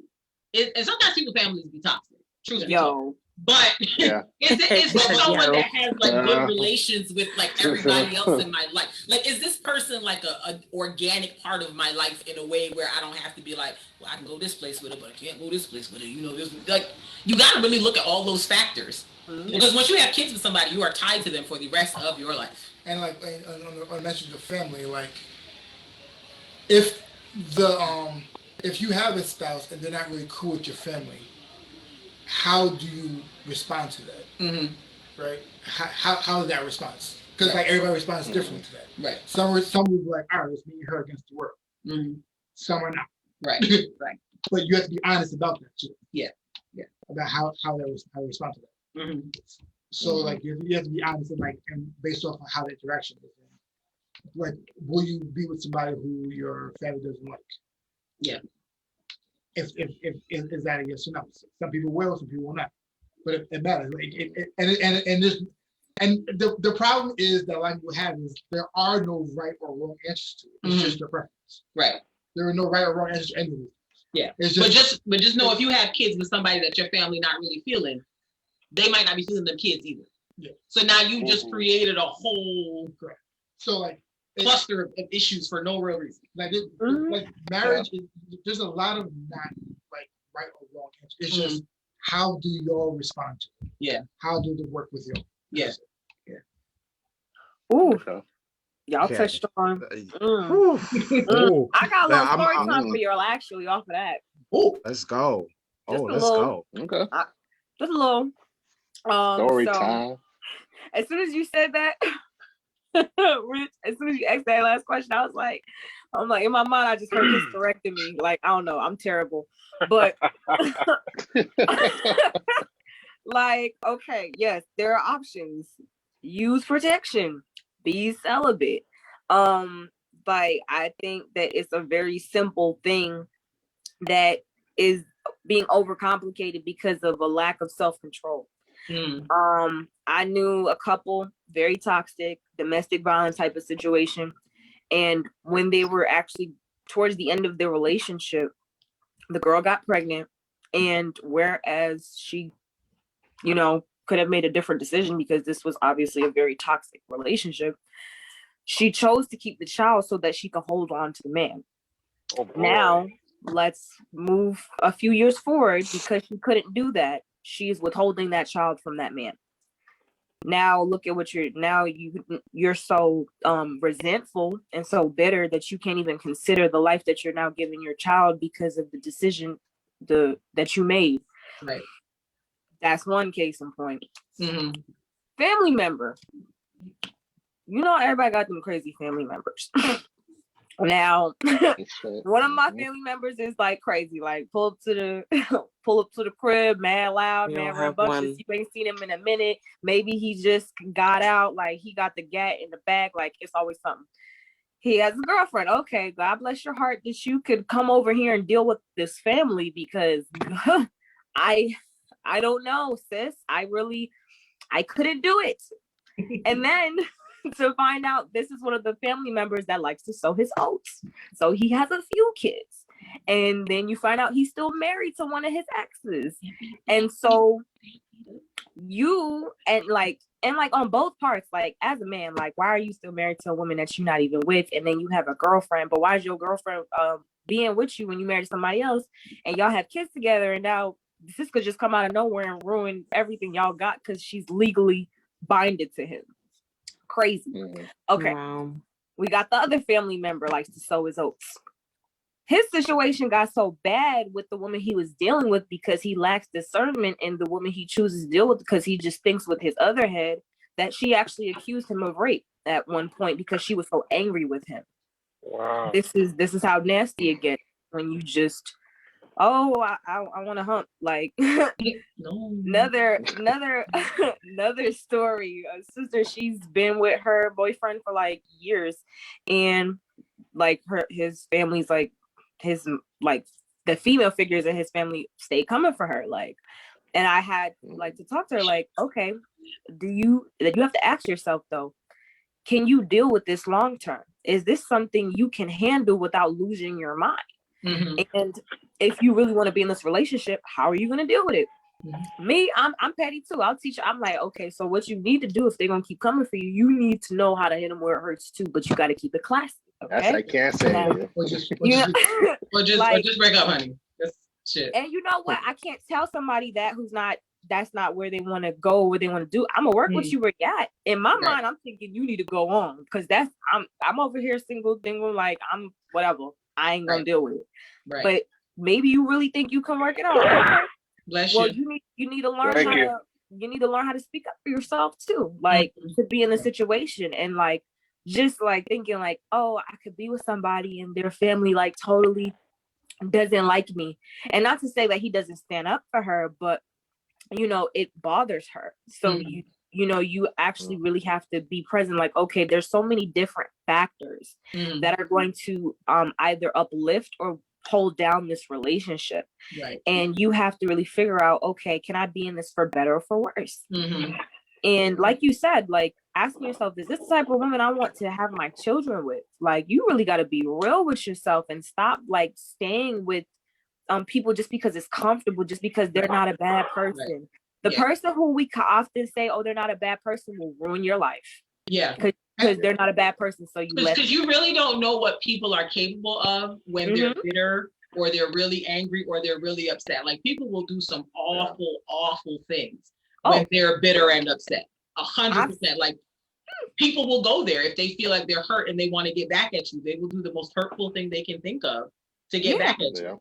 Absolutely. And it's just like, stop being so quick to lay with someone just because there's a physical attraction, because just as fast as that physical attraction happened is just as fast as that could turn on you and ruin your life in ways that you could never imagine. And then now you hate men, now you hate women, everybody hates each other because you didn't take time to really assess the situation. The goal And so the important thing, the goal is to not just, I'm just gonna, who can I deal with? The goal is, can I be happy?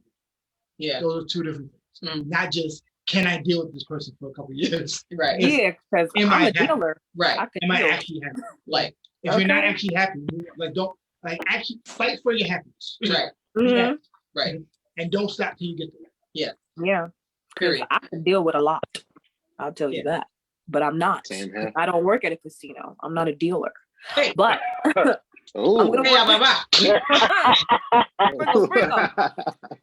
work my way backwards. I'm gonna keep it real short.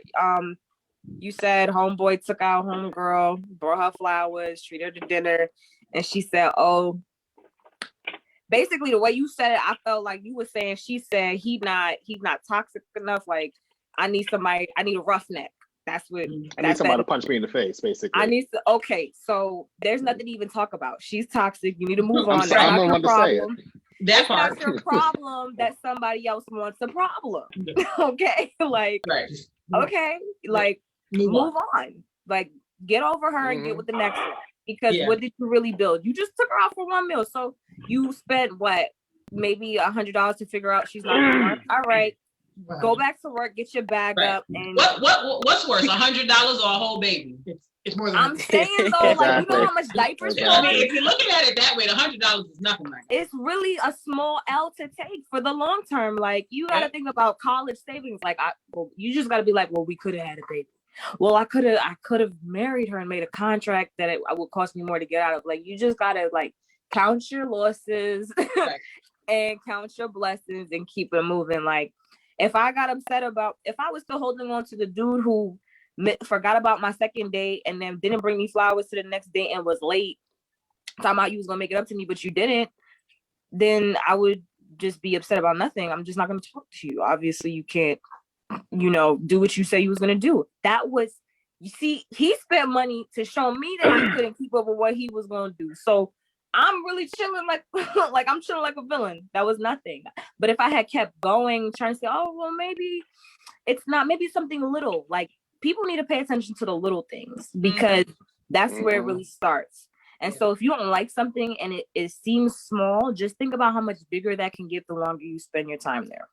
Agreed. You know what I'm saying? And then I'm real quick, in and out. 12 to 15 hour work days. I don't want to hear none of that because I was in college. I took like 4 or 5 classes at one point. I was working. I was performing at shows. I was Bob the Building, my ex-boyfriend. The case in point is that people make time for what they want to make time for. I was running myself raggedy. Right. But because I felt like what I was doing was important. Whether for better or worse, like I've always been a person, I can do a million things. People know me. They know I'm Jamaican because I'm always doing something. Girl, you just was working there. Yeah, I quit. Girl, you was just doing that. Yeah, I'm done with that. Like I move on to the next. Like I don't have time to waste. So, like me, I care when I give you my time because I do so many things, but that doesn't mean that I don't have time for you. That means I have to make time for you. That's it. I feel that. I like that. That's bars gem. That's a bars gem right there. Let's go, phonetic. And I resonate with that. Okay, come on, hot fire.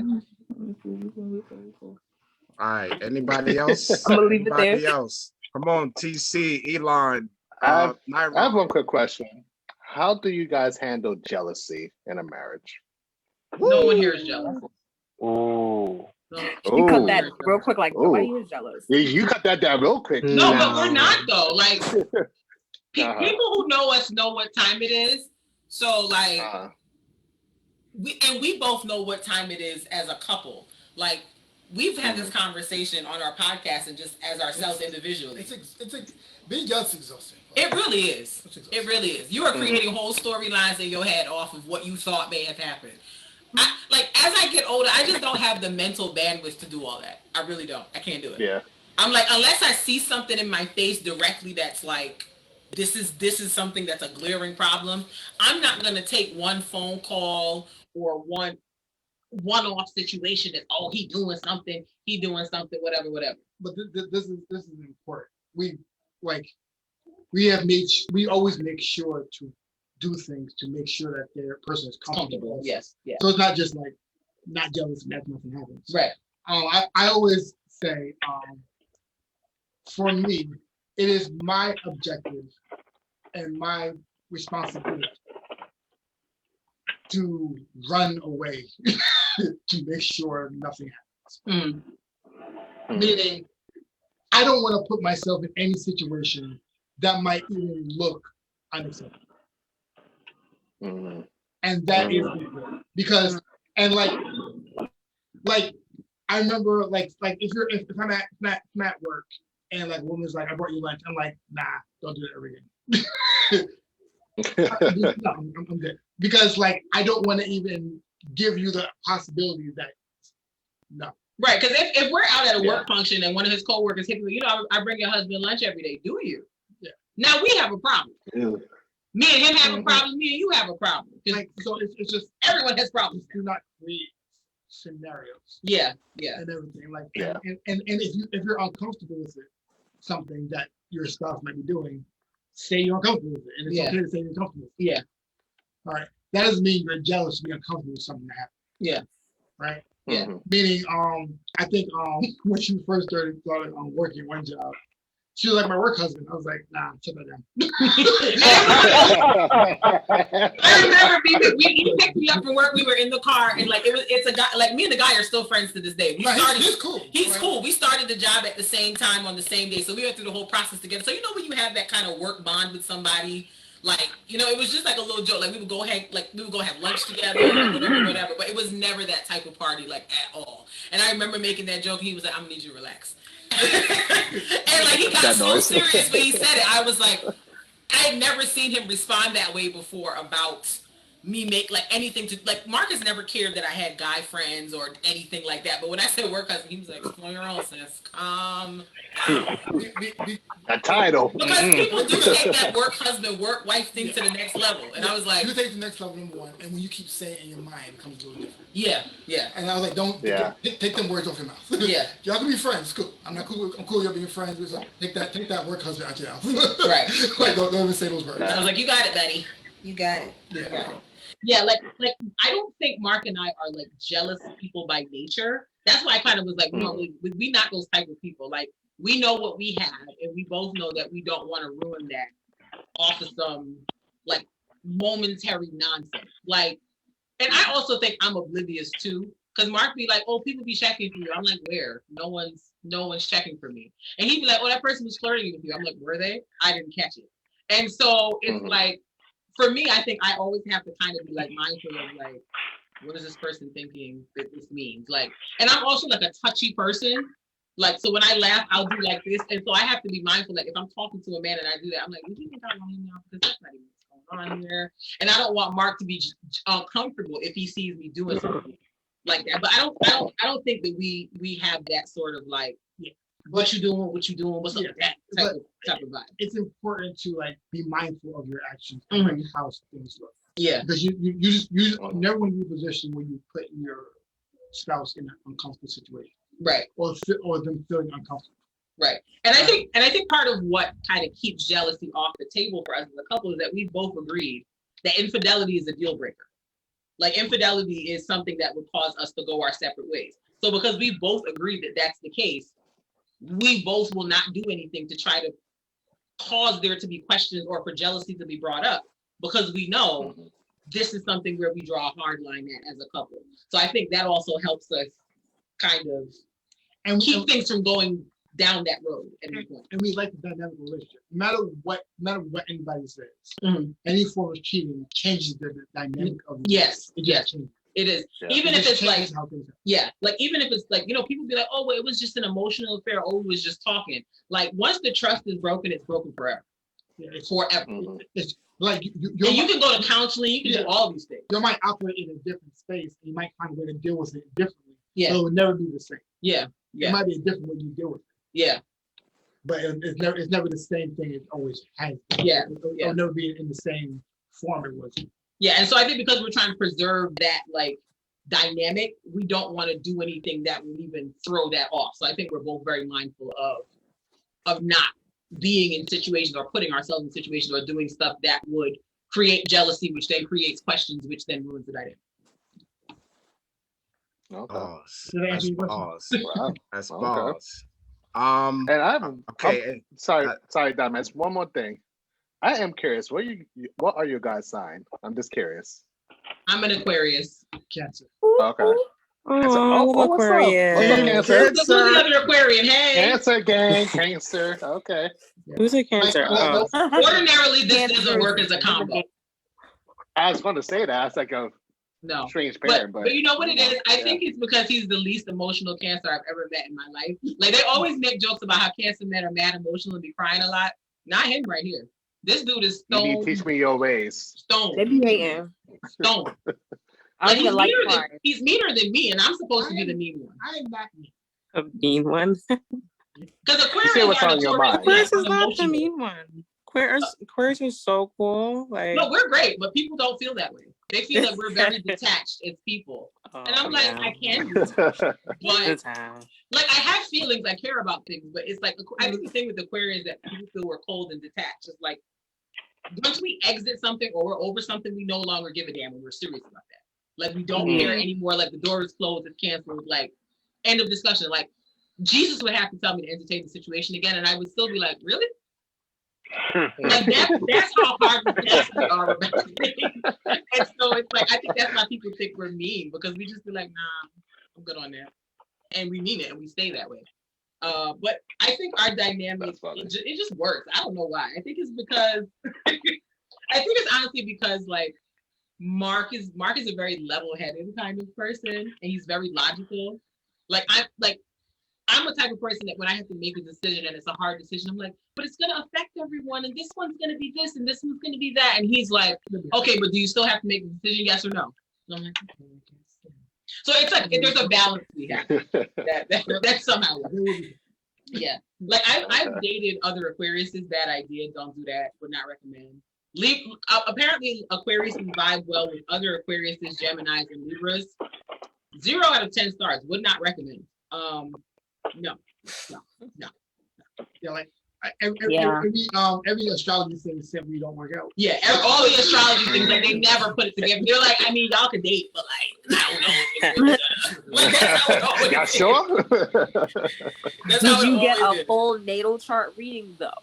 Yeah, we did. We actually sat down and did one of those. And those kind of like, so cool. you know, maybe we'll see. Like it might could work, but like one of y'all will really have to do some altering to really make it be a thing. And it's just like, okay. It just works. But I think you have like a Gemini moon or something like that, which is why I think we may vibe, because I am a. Okay. That can make sense then. It might be that. I think that's what I saved it. I gotta go His back. His emotions understand your personality. Yeah. That's deep. Yeah. Don't get me started. Is somebody else? I see your face. It's just like, to get started. Oh yeah, I'm an Aries. I love astrology too. So don't get me started. Okay. Yeah, I felt it in your spirit too before you put up your Instagram name. I was like, she was like, I don't have patience. I was like, Aries. Aries are some interesting folks. Like I like y'all as people, but y'all just be doing. Oh, stuff. I agree. Aries be giving a lot of smoke, and I'm like, wow. Oh, they be ready for the static. Oh, like they stay already with the static, and I'm always like, so you want to relax or Let me tell you something about Aries. No. Aries are the biggest Twinkies out there. They act like they're all tough. Once you get to know them, they're mad soft. No, they're mad soft. Yeah. That's how they present themselves. Yeah. My cousin and my mother are both Aries, and like they'll say something like really like piercing, and then later on, like, I'm sorry. No, you was talking. Listen, relax, bro. I mean, I took it too far. My bad. It's like no. And I can't really vibe with all that. But y'all cool as people. I can't really get with Virgos though. They're not for me as a person. So no offense to the Virgos. Not for Virgos. They're very not Virgos. I don't even get outside on that. Nah, they just I don't yeah, they work on my nerves in a special way. They do work on my nerves in a special way, but I really try to talk to God because my mother is still my mother. You know what I'm saying? Right.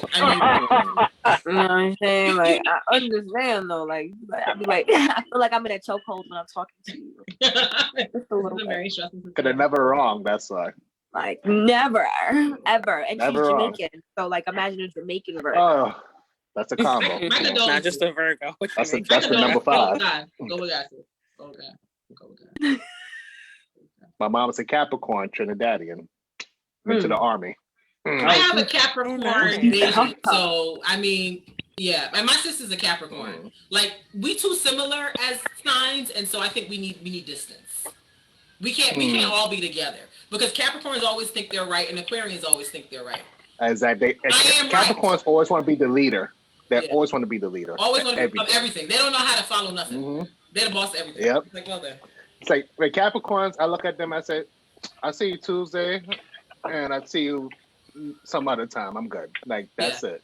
But listen, I appreciate them on a team, though, because they're very pragmatic. Ooh, yes. Like, they get to the nitty-gritty of, like, what needs to be done very quick. Like, on a group project, while everybody else is like, oh, I think maybe, the Capricorn's like, look, what the instructions say, what points we need to touch on, how we going to get there. So I appreciate that part about them.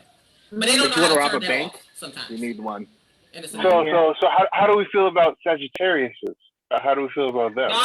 Whoever is Sagittarius, y'all stay hiding. Don't nobody know who y'all are. We can keep up with you guys.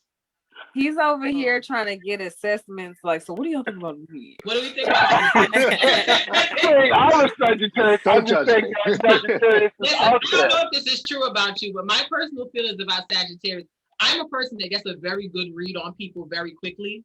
The Sagittarius people I know, they still showing me their representative, and I've known them for years. And that weirds me out. Sagittarius people are very good at concealing a lot of things. I think they'll they make you feel like you know something, and you'd be like, "Wait, that's true. I don't really know nothing though." They're very like only very select people be knowing anything about them. Yeah, I think it's just their nature is strategic. Because I think their symbol is the arrow, and am I bugging? This is some aspect of their symbol. The arrow, right? Yeah, if you think about like shooting a bow and arrow, you have to really be kind of like tuned into the focus to really like see your target. And so I think they just have a very precise focus. Like this girl I know, she's a Sagittarius, and ever since I've known her, she's just always been a very focused person. It's true. Like she has a goal, she sees it. She doesn't see anything else. Tunnel vision. This is what I'm focused on, and I love that because that level of discipline is really admirable. But I think it can also make people feel isolated from them. Whereas it's like, okay, but who are you? Right. I know your goals. Know what you want to accomplish, but who are you? And you're right, because all the Sagittariuses I know happen to be Jamaican, and they're all very like one's an engineer, one's a nurse, one's a linguist, and they're very focused on that goal. And like what you know about them is about that goal. But like when you sit back and be like, what I know about you, like for real, it's like I'm not sure. And you know what? I know their planet is Jupiter, and like that's the planet that's like about like I don't know. I think like expansion. So like like they kind of like embellish stuff. Like it has to be like grandiose. Like it has to be like above and beyond. Like I don't know. Like they could tell a story, but like embellish it a lot because they want to like I don't know the shock value. I don't know. That's something I know about them too. So yeah, and they're like wild and crazy people, which is cool. It's just fun, but you know they wild and crazy. So. Yeah. I think they just tend to identify themselves with their goals. Okay, that makes sense to me. When it comes to Jupiter is like the planet that lets you know, like, okay, this is where your gifts are, and so that makes sense that Sagittarius is ruled by Jupiter because they're so focused on what their gift is and harnessing that gift, which makes sense because the Capricorn comes after, and whatever the Capricorn is good at, the Capricorn can get really stuck on and obsessed with. Makes sense. Is there any other marriage questions or reference? Yeah, I know. I was gonna say I know Nairon, but I know we pressed on time. We're definitely pressed on time. Let Nairon get his question off. What do you want to know? Why are you doing that? Okay, so if we got listen, I'm gonna just let everything flow now. We just want to make sure all the questions get answered. Yeah, we'll do his for the last question. Okay, all right. I'll do the last question, and it's a very simple question. I got another question too, but okay, Diamond will have the last question. So Nairon. All right. Yeah. So you guys have been together, married and dating in totality, how long? 11 years. How's the sex after 11 years? Oh my God. You're I did not see that coming. I did not see that coming. Don't leave the room. This y'all man. Y'all invite him. Don't do that. Whoa. I don't know this guy. Bro, there's no build up to that question just now. You just did it. What do you mean there's no build up? Don't care. My God, you got to give folks warning. I wasn't ready. I was like, where'd this go? Like, you just do it out there. Like, how is the sex? No, I'm fine. I just didn't expect it. I was like, whoa, hey. I wasn't expecting that. I think we've gotten to a comfortable pace, I guess. Like a comfortable pace. Like, have you after 11 years you guys get bored? I was gonna ask that question actually about in terms of consistency. Like in the beginning, when you're dating somebody, like you have sex all the time. Like, because what else are you doing? This is a fun time. At some point, like, life happens, you're working, you got a kid, and so it just changes. Like, we still very much enjoy having sex with one another, but like, and it's great. I think we find ways to switch it up, to please each other, to try different things, whatever the case is. But it's like, would I like to do it every day? Sure. Is that practical? No. It's just not realistic. So if there are down periods, how do you guys get back on track? Mm-hmm. If there are down periods, I said if there are down periods, how do you guys get back on track? You made it sound like a computer system shut down. Yeah, for real, like it's Windows 8. Windows 8. How do you reboot the sex life? Well, how do you update the firmware? Many times, like we'll have a conversation like this has not happened. So it's kind of like an effort to do it, because like I said before, it was kind of when you were younger and we were like single together. It's kind of like when you see each other at all times, you're ready at all times. Let's go. When you're younger, but like after you're married, you have kids and everything like that, you're focused on so many things. At night, you just be tired. Right. So like you literally have to like you got to put forth extra effort to do it. Right. You want to make sure that like you're both in a satisfying relationship. So like it's kind of like even though either one is tired, you just keep trying. Yeah. Like I remember I used to hear people say you should schedule sex, and I was like, that's the ghetto. Why do something like that? But like, like it sounded super corny to me. But now I'm like, as we're older and like doing a lot more in life and time being less, we don't schedule it. Available. We don't schedule it, but it's just kind of like, I know in my head I'll be having certain times in my head I'm like, okay, nothing's gonna be going on at this time. Maybe we can get something in, because it's just like it just And time gets away. It's really that. And if one person is ready, the other person, even though I be down there. No, you be making it seem like I be accosting him. That is not true. You can say no. You can say no.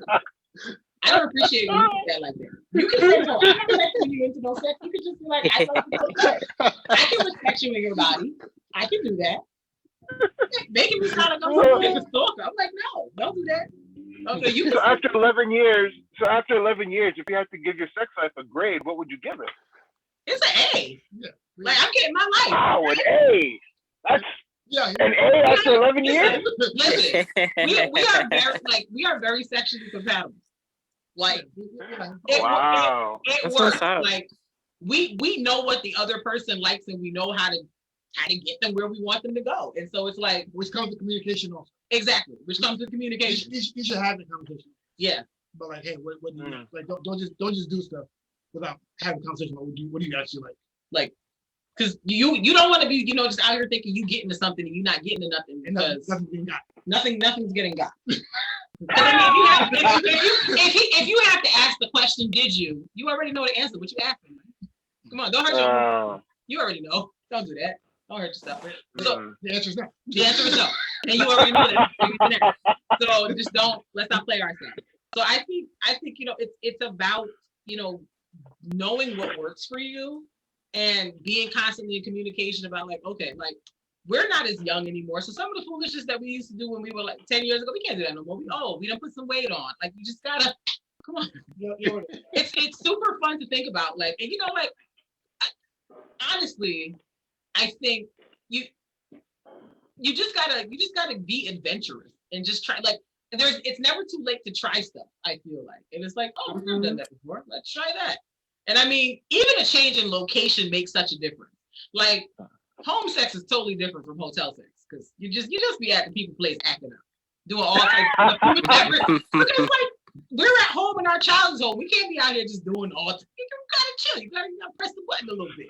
But when you're alone on vacation, you in a new place doing new stuff, drinking a little bit, like it's just a different experience. So it's like sometimes you gotta change the location to amp up the experience a little bit. So it's just kind of like being, I think again, going back to what Mark said about communication, like being open to being like, okay, this works, this doesn't work, let's try something new. But it's like, I feel like we have to make it work because we're not breaking up.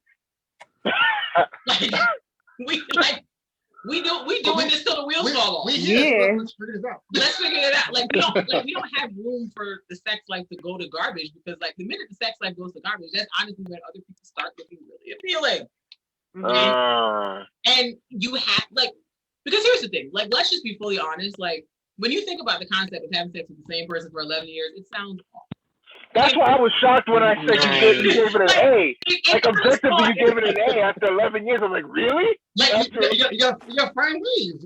You gotta find things. You gotta like send sexy text. You gotta wear certain outfits around that. Like you just gotta do certain stuff to like let your partner know that you're interested.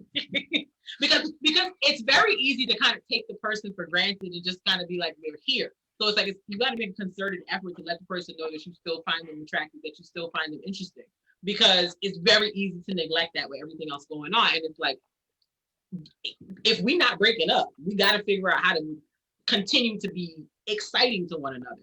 Otherwise, he's gonna start like we both have eyes. We not checking for nobody else, but we both have eyes. Like we make this joke all the time. Neither one of us is the other's type at all. Like this is what we mean. This is what I mean. Like, yeah. All right. Yeah, I try to understand that. Like, do you change wigs so he can feel like he's having sex with someone else? Girl, these wigs be off. No, these wigs be off. You know what? No. Oh, the wig be off. Wow. The wig be off. You get it's a bonnet up here. Okay, sometimes it's whatever. The bonnet sex. I love it. We all have like some like at some point like we have this like we have created this ideal look of what our ideal spouse would look like and everything. In terms of looks, height, nationality, facial hair, skin color. We have like a lot of things. Before she knew me, before she met me, her ideal person was someone who was dark skinned, who's not me. Like Kofi Cerebral, Idris Elba, like that, like chocolatey. That's not what. Yeah, that is not who he is. I'm brown skinned. I am not. I can see the Idris Elba in you, sir. I can see the Idris Elba. I see it a little bit. I appreciate it. Right. And like he likes like the straight from the motherland, thick chocolate girls. Let's go. That's like we know that these are what we find attractive because that's what we've put in our heads. So like we've been to functions where it's been like, oh, I see you over there. I see you over there. Because we know we added, like when we went to the Nigerian Day Parade, we was both over there like, well, look at that. Look at that. His type is there, my type is great. It's a good time. We're not going home with none of those people, but we can see them and appreciate it. And so it's like, that's just gonna point out, like, you don't stop looking. Yeah, your eyes don't stop working. You don't like lose attraction from everybody else. No, like that's not how life works. Because they be fine ass people on the street sometimes, which is true. It is what it is. But it's like I just recognize like, oh, I know she's attractive, but she's right, exactly. Like I'm like, I know he thinks she's cute, but we leaving together, so it's whatever. Like this is we can look, it's fine, it's whatever. I'm not saying be weird, be awkward, be whatever, but it's like accepting that, because I think a lot of people go into relationships and marriage thinking my partner is only ever going to see me. You about to hurt your own feelings when you mad that they see it. Like, don't do that. Don't do that. You set yourself up for failure. While you're I think he's handsome as fuck. Part of my language. I don't know if you can curse here. I'm sure he thinks I'm beautiful. He tells me that all the time. But we also know we're not the only handsome, beautiful people in the world. We both see other people. And so it's just like, okay, that's cool, but we know what we got over here, and that's not worth what we got over here. So, I think that's really it. Well, honestly, I commend you guys for having an A after 11 years. That was I honestly, when you said I was looking for an objective response, so if you can give it an objective A, that's like an applause, No, listen, like we have, listen, like I said, we're here for the long haul, so we got to make this work until our stuff don't work no more. Like that's really what it comes down for to. better or worse. That's it. That's it. That's it. Because the minute you start being like, I don't really, outside stuff starts looking attractive. That's just what it is. I think that's primarily why people be out here in these streets. I mean, sometimes, just people are selfish and they're just greedy. They ain't no problems in their life at home. But I feel like for a lot of people, if they feel unsatisfied in their sex life, other people start looking attractive. Yeah, like even more so. I'm of the belief that most people never go into something I'm about to cheat. No, I believe that's never the case. I think things most of the time things just happen. Yeah. Like if you feel like you're sexually unfulfilled in your relationship and you're entertaining, flirting, you're doing certain things, eventually it's gonna lead down that path of you getting intimate with somebody physically, because that's something that you're lacking in your household and y'all not communicating or making the necessary steps to fix that. It's never like an intentional. Right. I'm about to cheat this person. Yeah. But it's never. Right. But it's like if there's a need not being met, and now I'm going to do something to meet it. So yeah. All right. All right. Any last questions, anyone, before I ask mine? Diamond, we have 2 questions on Facebook. Okay. Really? We really okay, go do? ahead. Hold on. We have 2 questions on Facebook? Hold on for a second. Okay. All right. I'm sorry, everyone. Okay. All right. Just give me a second. What's the question, CC? One is, what is your take on respect and insecurities? Well, versus respect insecurities. versus insecurities. My bad. Respect versus insecurities. Yes. Mm-hmm. I'm trying to say formulate the context of the question. I'm trying to understand versus. Respect is always important. I'll just say that. Yeah. Respect is always important for your spouse at all times. You have to respect them. Mm-hmm. You have to respect their intelligence. You have to respect their ability to solve things on their own. Mm-hmm. We were talking to somebody before about like if someone's like upset or something, and they're like, all right, I'm thinking this through myself. Give them respect to thinking through themselves. Mm-hmm. Respect them to like, I'm letting you figure this out on your own. Mm-hmm. You don't have to. You don't always have to know. You're not in control of when someone tells you something. Mm-hmm. If they don't want to tell you yet, that's fine. Mm-hmm. They can like if they like have an issue, like all right, I'll wait till you're ready to tell me. Then we have the conversation. Right. Because sometimes people are not ready for it. So like it's just respect for them as a human being. Yeah.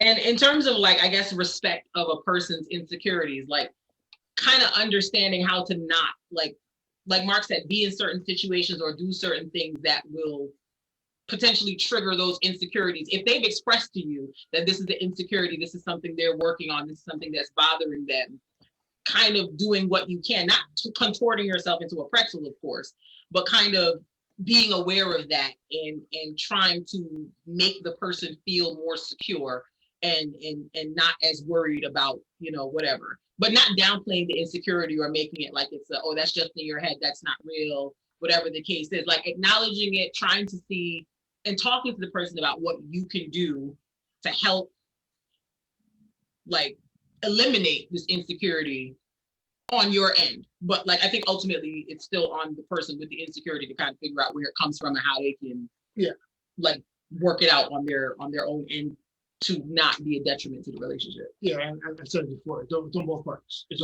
on the party who's feeling insecure to let the person know this is my insecurity, and to also try to understand that the person might not be intently trying to hurt you. Right. It's also on the person, the other person in the relationship, to try to not feed into their insecurity. Right. Or throw it in their face or use it against them in arguments. Because you probably care for the person. Right. You don't want them to be in pain. Yeah. Emotion is not. Forever and ever. What's the second question? TC. I'm getting back up. What are their love languages, and did they learn them about each other as soon as they started dating? Not as soon, but we did learn it later. Yeah. And they've changed. Yeah. I think the way I show love is words of affirmation and gifts. And it's how I receive as well. But I think before it was words of affirmation and like quality time or something like that were mine. But over time they've shifted to I give and receive words of affirmation and gifts. Yeah. And mine is acts of service and physical touch. And I show through both things. So what's important is when you realize those things is, even though my love language is acts of service, I like doing things for her and everything. So she might take some of it, but I also have to make sure I give her words of affirmation. It's important I do that. So I don't know if anybody else feels this way as a poet, right?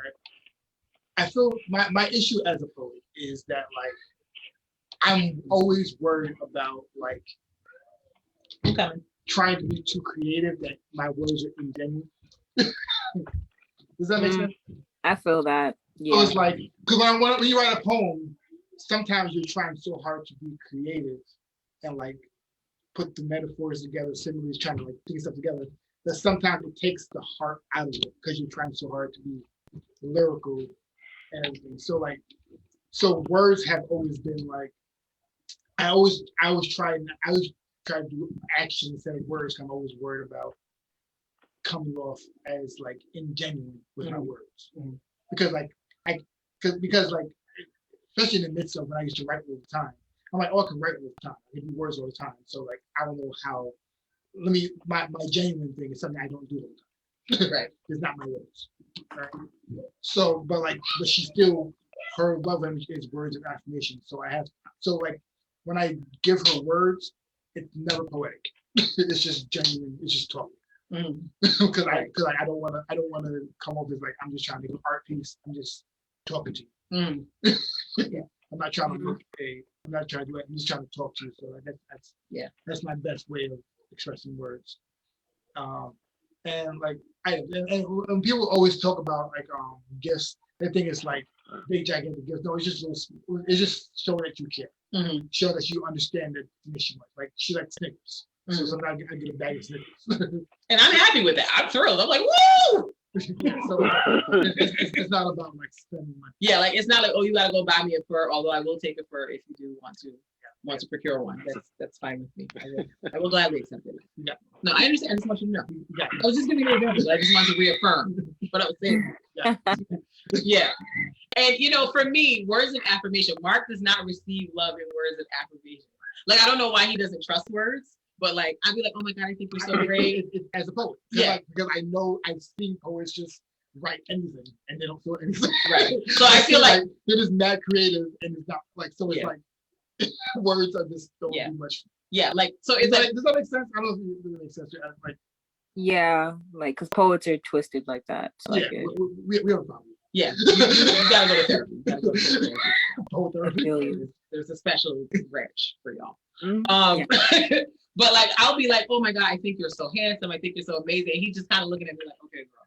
But it's like I found a way to kind of do it where like my gifts are also an act of service. So like if I notice or he mentions, oh, I need some new shoes or I need some new whatever. Like I love buying people gifts. I love showing love through gifts. Like that makes me so happy. So like I remember one year, like I think your jacket, something was wrong with your jacket or something like that. And for Christmas, I bought him like a new jacket and he was so excited, not because of the gift, because Mark does not care about a gift. He does not like it, and I've accepted it. He just does not care. Like I like giving gifts and I'll still keep doing it because I like doing it, but he does not care. But because that gift was like, it was solving a problem for him, because acts of service is about like making life easier for your partner and solving a problem for them. So he appreciated that much more because it was something that was solving a problem for him. Like I took something off his hands that he didn't have to do anymore. Because instead of him now looking for a coat, he now has one. He doesn't have to take the time to go do that. And so it's like, I think I've tried to find ways to incorporate his love languages into how I express. Like I'm not a touchy person at all. But Mark likes the physical touch. So I'd be like, all right, we can cuddle, we can hold hands, we can do that. It's not my idea of a good time by any stretch of the imagination. I don't like anybody. My physical touch has went down a lot. But he's worked it out to a level where we can be okay. Yeah. Because when we first started dating, like his family calls him the human blanket because like he literally just like drapes himself on you like, oh my God, and will just stay there. And I'm like, dude, off. Off. The funny thing is my physical touch has went down a lot since like having a daughter because she does a lot. Nah, she's very touchy. My daughter, very touchy. My daughter is. But she's 3 and she's adorable. Yes, but it's a lot. Yeah, it's a lot of touching that happens. A lot of touching that happens. And for me, I think because physical touch is one of your love language, I've had to kind of be like, he wants to hug me because he wants to show me he loves me. And I just have to be okay with it. I just have to be like, okay, just breathe through it. And not like it's repulsive to me. I didn't grow up. No. But I'm trying to explain it. Like I didn't grow up in a family that was touchy. So it was an adjustment for me to be comfortable with somebody that wants to like hug me or hold my hand all the time because that's just not the type of. Your father. Yeah. My dad is also a big. But it's not something I'm accustomed to. So yeah, like she found her father. Yeah, I found my father like recently. Like I didn't grow up with him. Like you found her father like 3 years ago. Yeah, like 3 years ago. That's why I was gonna say it was more, but it was like 3 years ago. So like yeah, like touch is just not a thing that we do. So I think for me, I've had to kind of be like, this is the way he shows love. I need to be open. Yeah, I need to be. I love how that comes full circle because it's like your physical touch used to be like, I will F you up. Now it's like, okay, I need to receive your hug. I do. You have come so far, and I don't even know. Yes. But yes. Thank you. Thank you. Spirit. She gets it. Yes. I see you. We see each other. Okay. Is that all of the questions, TC? Yes, sir.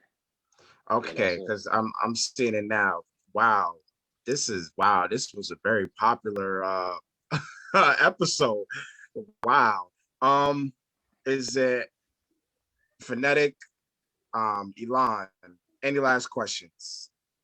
I'm always full of questions, but I'll keep them to myself at this point. TC, any last questions? Okay. So TC, we good on anybody else on Facebook asking questions, right? That's it. We're good. All right, we good? All right.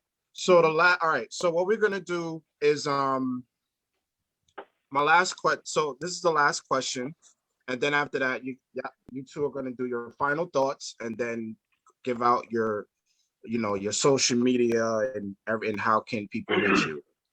So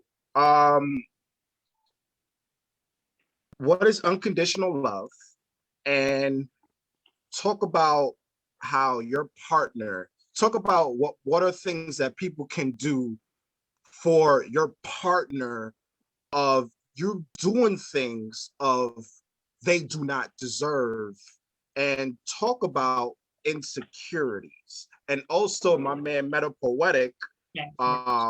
A lot of questions. That's not one question, sir. You did not advertise that correctly. That was about 4. We're gonna have to. We're gonna definitely have to. I'm done. All right, I'm done. And we're not doing insecurities anymore. But you're gonna rephrase that whole thing. I'm done. Okay. All right. TC left the building. Go ahead. TC keep doing it. I don't know why he's doing that. So what's the first one? Unconditional love. Unconditional love. Okay. I think what you're trying to go with was like, I think I always say relationships are not 50-50. Relationships are 100-100. Because when you say 50-50, it means I'm giving 50, waiting for 50 to come back. Right? You give your all to the relationship, and they give their all to the relationship. you trust that they're gonna give their all to. And I guess that's kind of where that comes in. Because like I'm giving my all to do it because I trust that they're gonna protect my heart. So like I'm not worried about giving my love without restraints and it being hurt because she's gonna do the same to me because she feels like we hurt. So I think that is the best scenario. Like you always give 100% of everything. You don't just give halfway and wait for the other person to give half. You give 100% into 100% of yourself into the relationship, and she gives 100% into yours.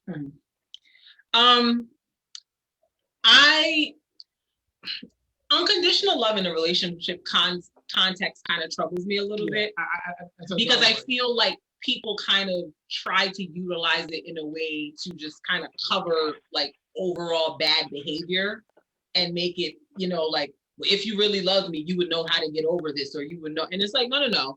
Love is something I feel that is and should be conditional because it's an emotional transaction that you're making. If someone is habitually line stepping over your boundaries and disrespecting the emotional output that you're giving, you do have the right to make that love conditional and be like, I'm not going to keep extending this love to you if I feel like it's not going to be respected, reciprocated, appreciated, whatever the case is. So I kind of feel like unconditional love is something I'm a little comfortable with as a concept within the confines of relationship, because I feel like people want to use it as a get out of jail free card to just kind of do whatever, but this person loves me anyway and they should love me, flaws and all, blah, blah, blah, blah, blah. Like, but people have the right to say, I don't want to do it. Yeah. Love. And it doesn't mean that they don't really love you or any of that. They just have boundaries and they have the right to establish them and maintain them as they see fit. The reality is, even though we have been saying it, love is not really a feeling. Love is not an emotion. Love is an action. Right? Love has always been an action. Yep. Meaning, I know I love you because I'm doing action to show it. Yes. I know you love me because of the actions you're doing to show it. Love. Yeah. That is what the love is. Love is the action of showing. I'm showing this love. Yeah, and if you're doing actions that are dishonoring that, I, as the person, now have the option to choose not to do the action to give you the impression that this is just a free for all. I don't feel your love. I don't think you love me because your actions you're showing are showing that you do not love me. Right. Because love is an action. It's not just a feeling. Right. Feeling is just indigestion. Yeah. Love is an action.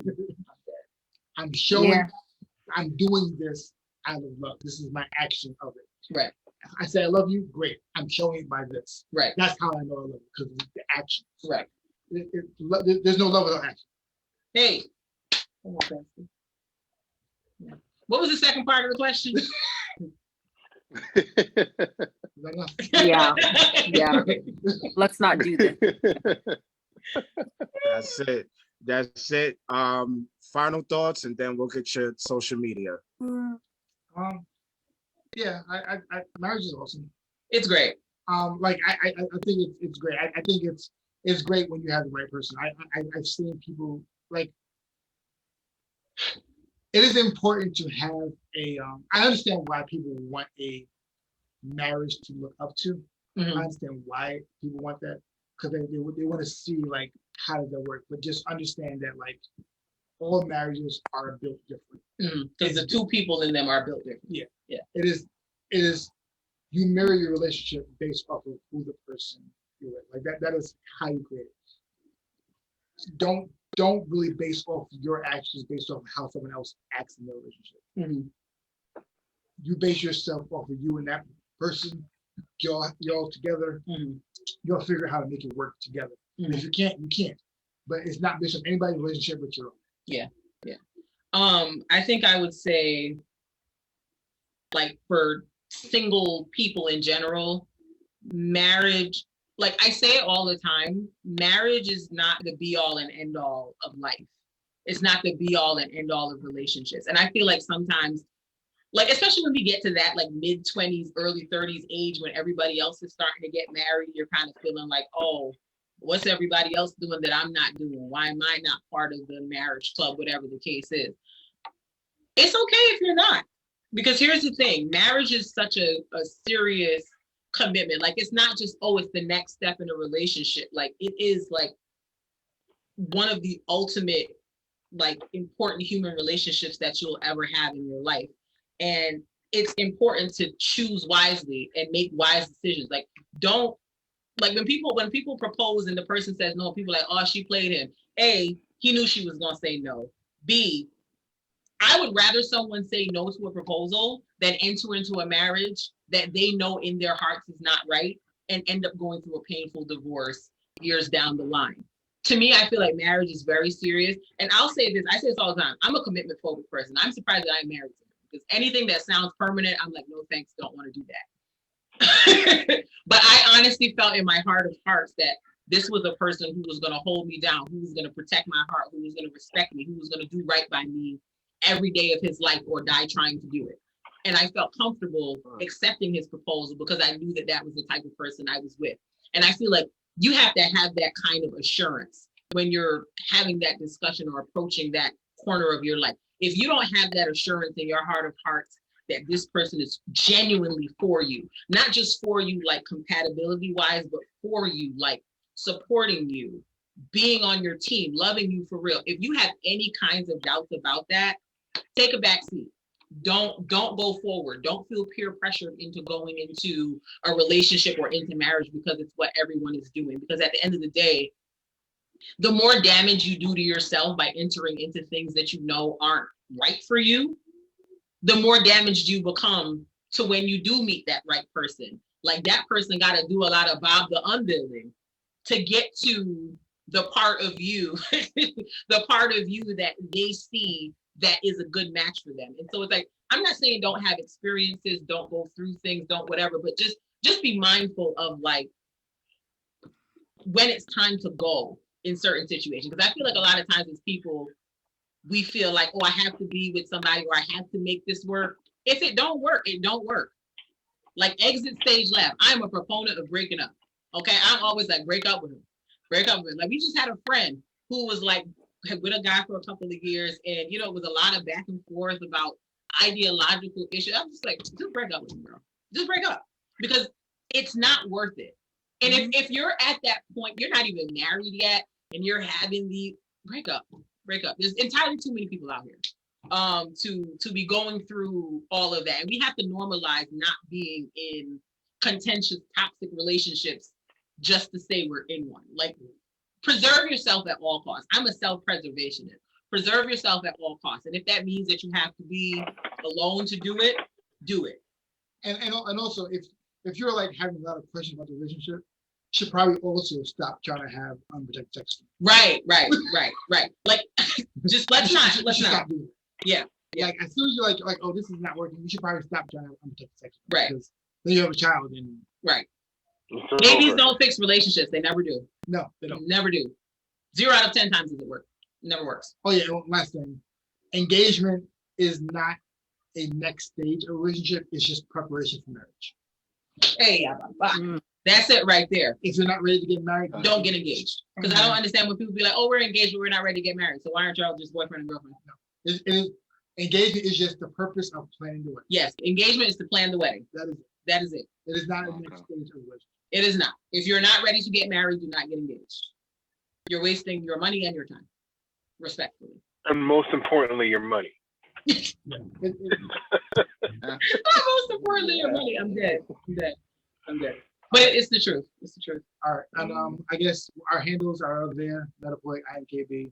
We are co-owners of the Bonafide Lyrics and Marketing. It's our marketing agency. Our goal is to assist artists and creators to understand business and marketing. Mm-hmm. So we do websites, social media management.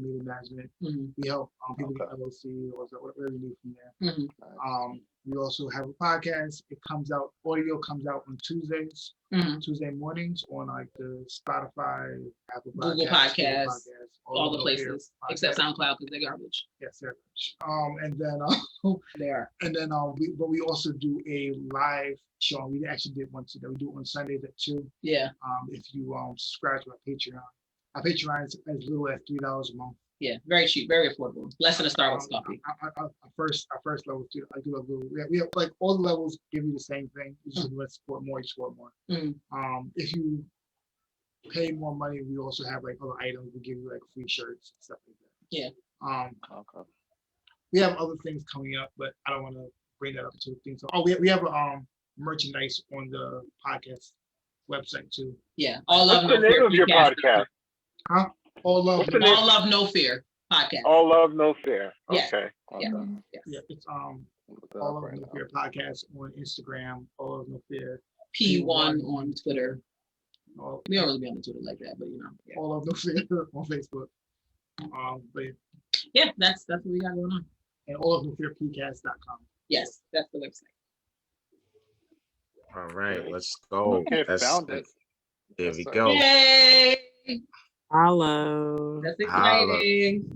Subscribe All right, right now. Let's go. That's what we get. We work everything. But seriously, thank you so much for this episode. This was super fun. Yeah. This was super fun. It was. Enjoying ourselves. Thank you for having us. Thank you. No problem. Yes. Absolutely. And we will definitely Yeah, come back again if y'all want to have some more discussions I about definitely think we're gonna need a part 2 and Okay, a we can do 3. it. I sense it. Especially for Nylon. What you said? Yeah, because yes, we're gonna definitely have to follow up and do a check-in. Kind of like those shows where they, how y'all be fixing people's life and then she's checking with them like a month later. I can't. Oh, Those shows do be interesting though. I gotta figure out how to watch Iyama because I don't have OWN anymore. So Well, I don't really watch it, but she has a great book. I think her daily devotions is really great. Like every day, like, oh, this woman is tapped in the spirit because she knows exactly what to say for each day. But yes, I think I speak for all of us when I say this was an amazing podcast today. We really enjoyed y'all openness, your humor, just the whole nine. So we thank you so much for your time. And I just want to give, the rest of the co-hosts, including myself, an opportunity to just, share their information. You can find me at Phonetic Wisdom, like you see. I'm a poet, spoken word artist. I'm a founder of a Black women's organization to empower Black women who've been impacted by sexual abuse and trauma. And I'm dropping a poetry book this year. I'm working on a documentary. I'm also a financial advisor, legal services consultant. I'm from Jamaican. And so, yes, I'm going to pass it on to, let me see, TC, plug yourself in, Elan, and then we're going to go with Nyron. And yeah, we can close out. You can follow me on Instagram at TC Payne. And that's it for now. Right now, I'm working on starting a streaming service on Twitch. Okay. That's in the works right now.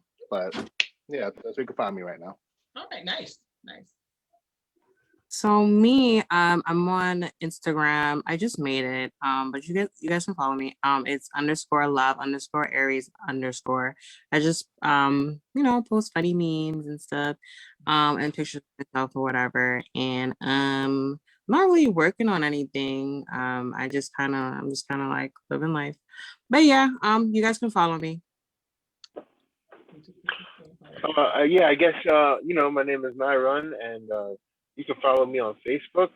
I'm not that big of an Instagram guy, My Facebook is Nyron McDon, and I'm building a website called psychedup.com, where where people can leave each other voice notes of positive affirmation to get over whatever it is they're trying to get over. But it's a project in the works. When it's fully out and available, I'll just advertise it a little more. Nice. What platform are you using?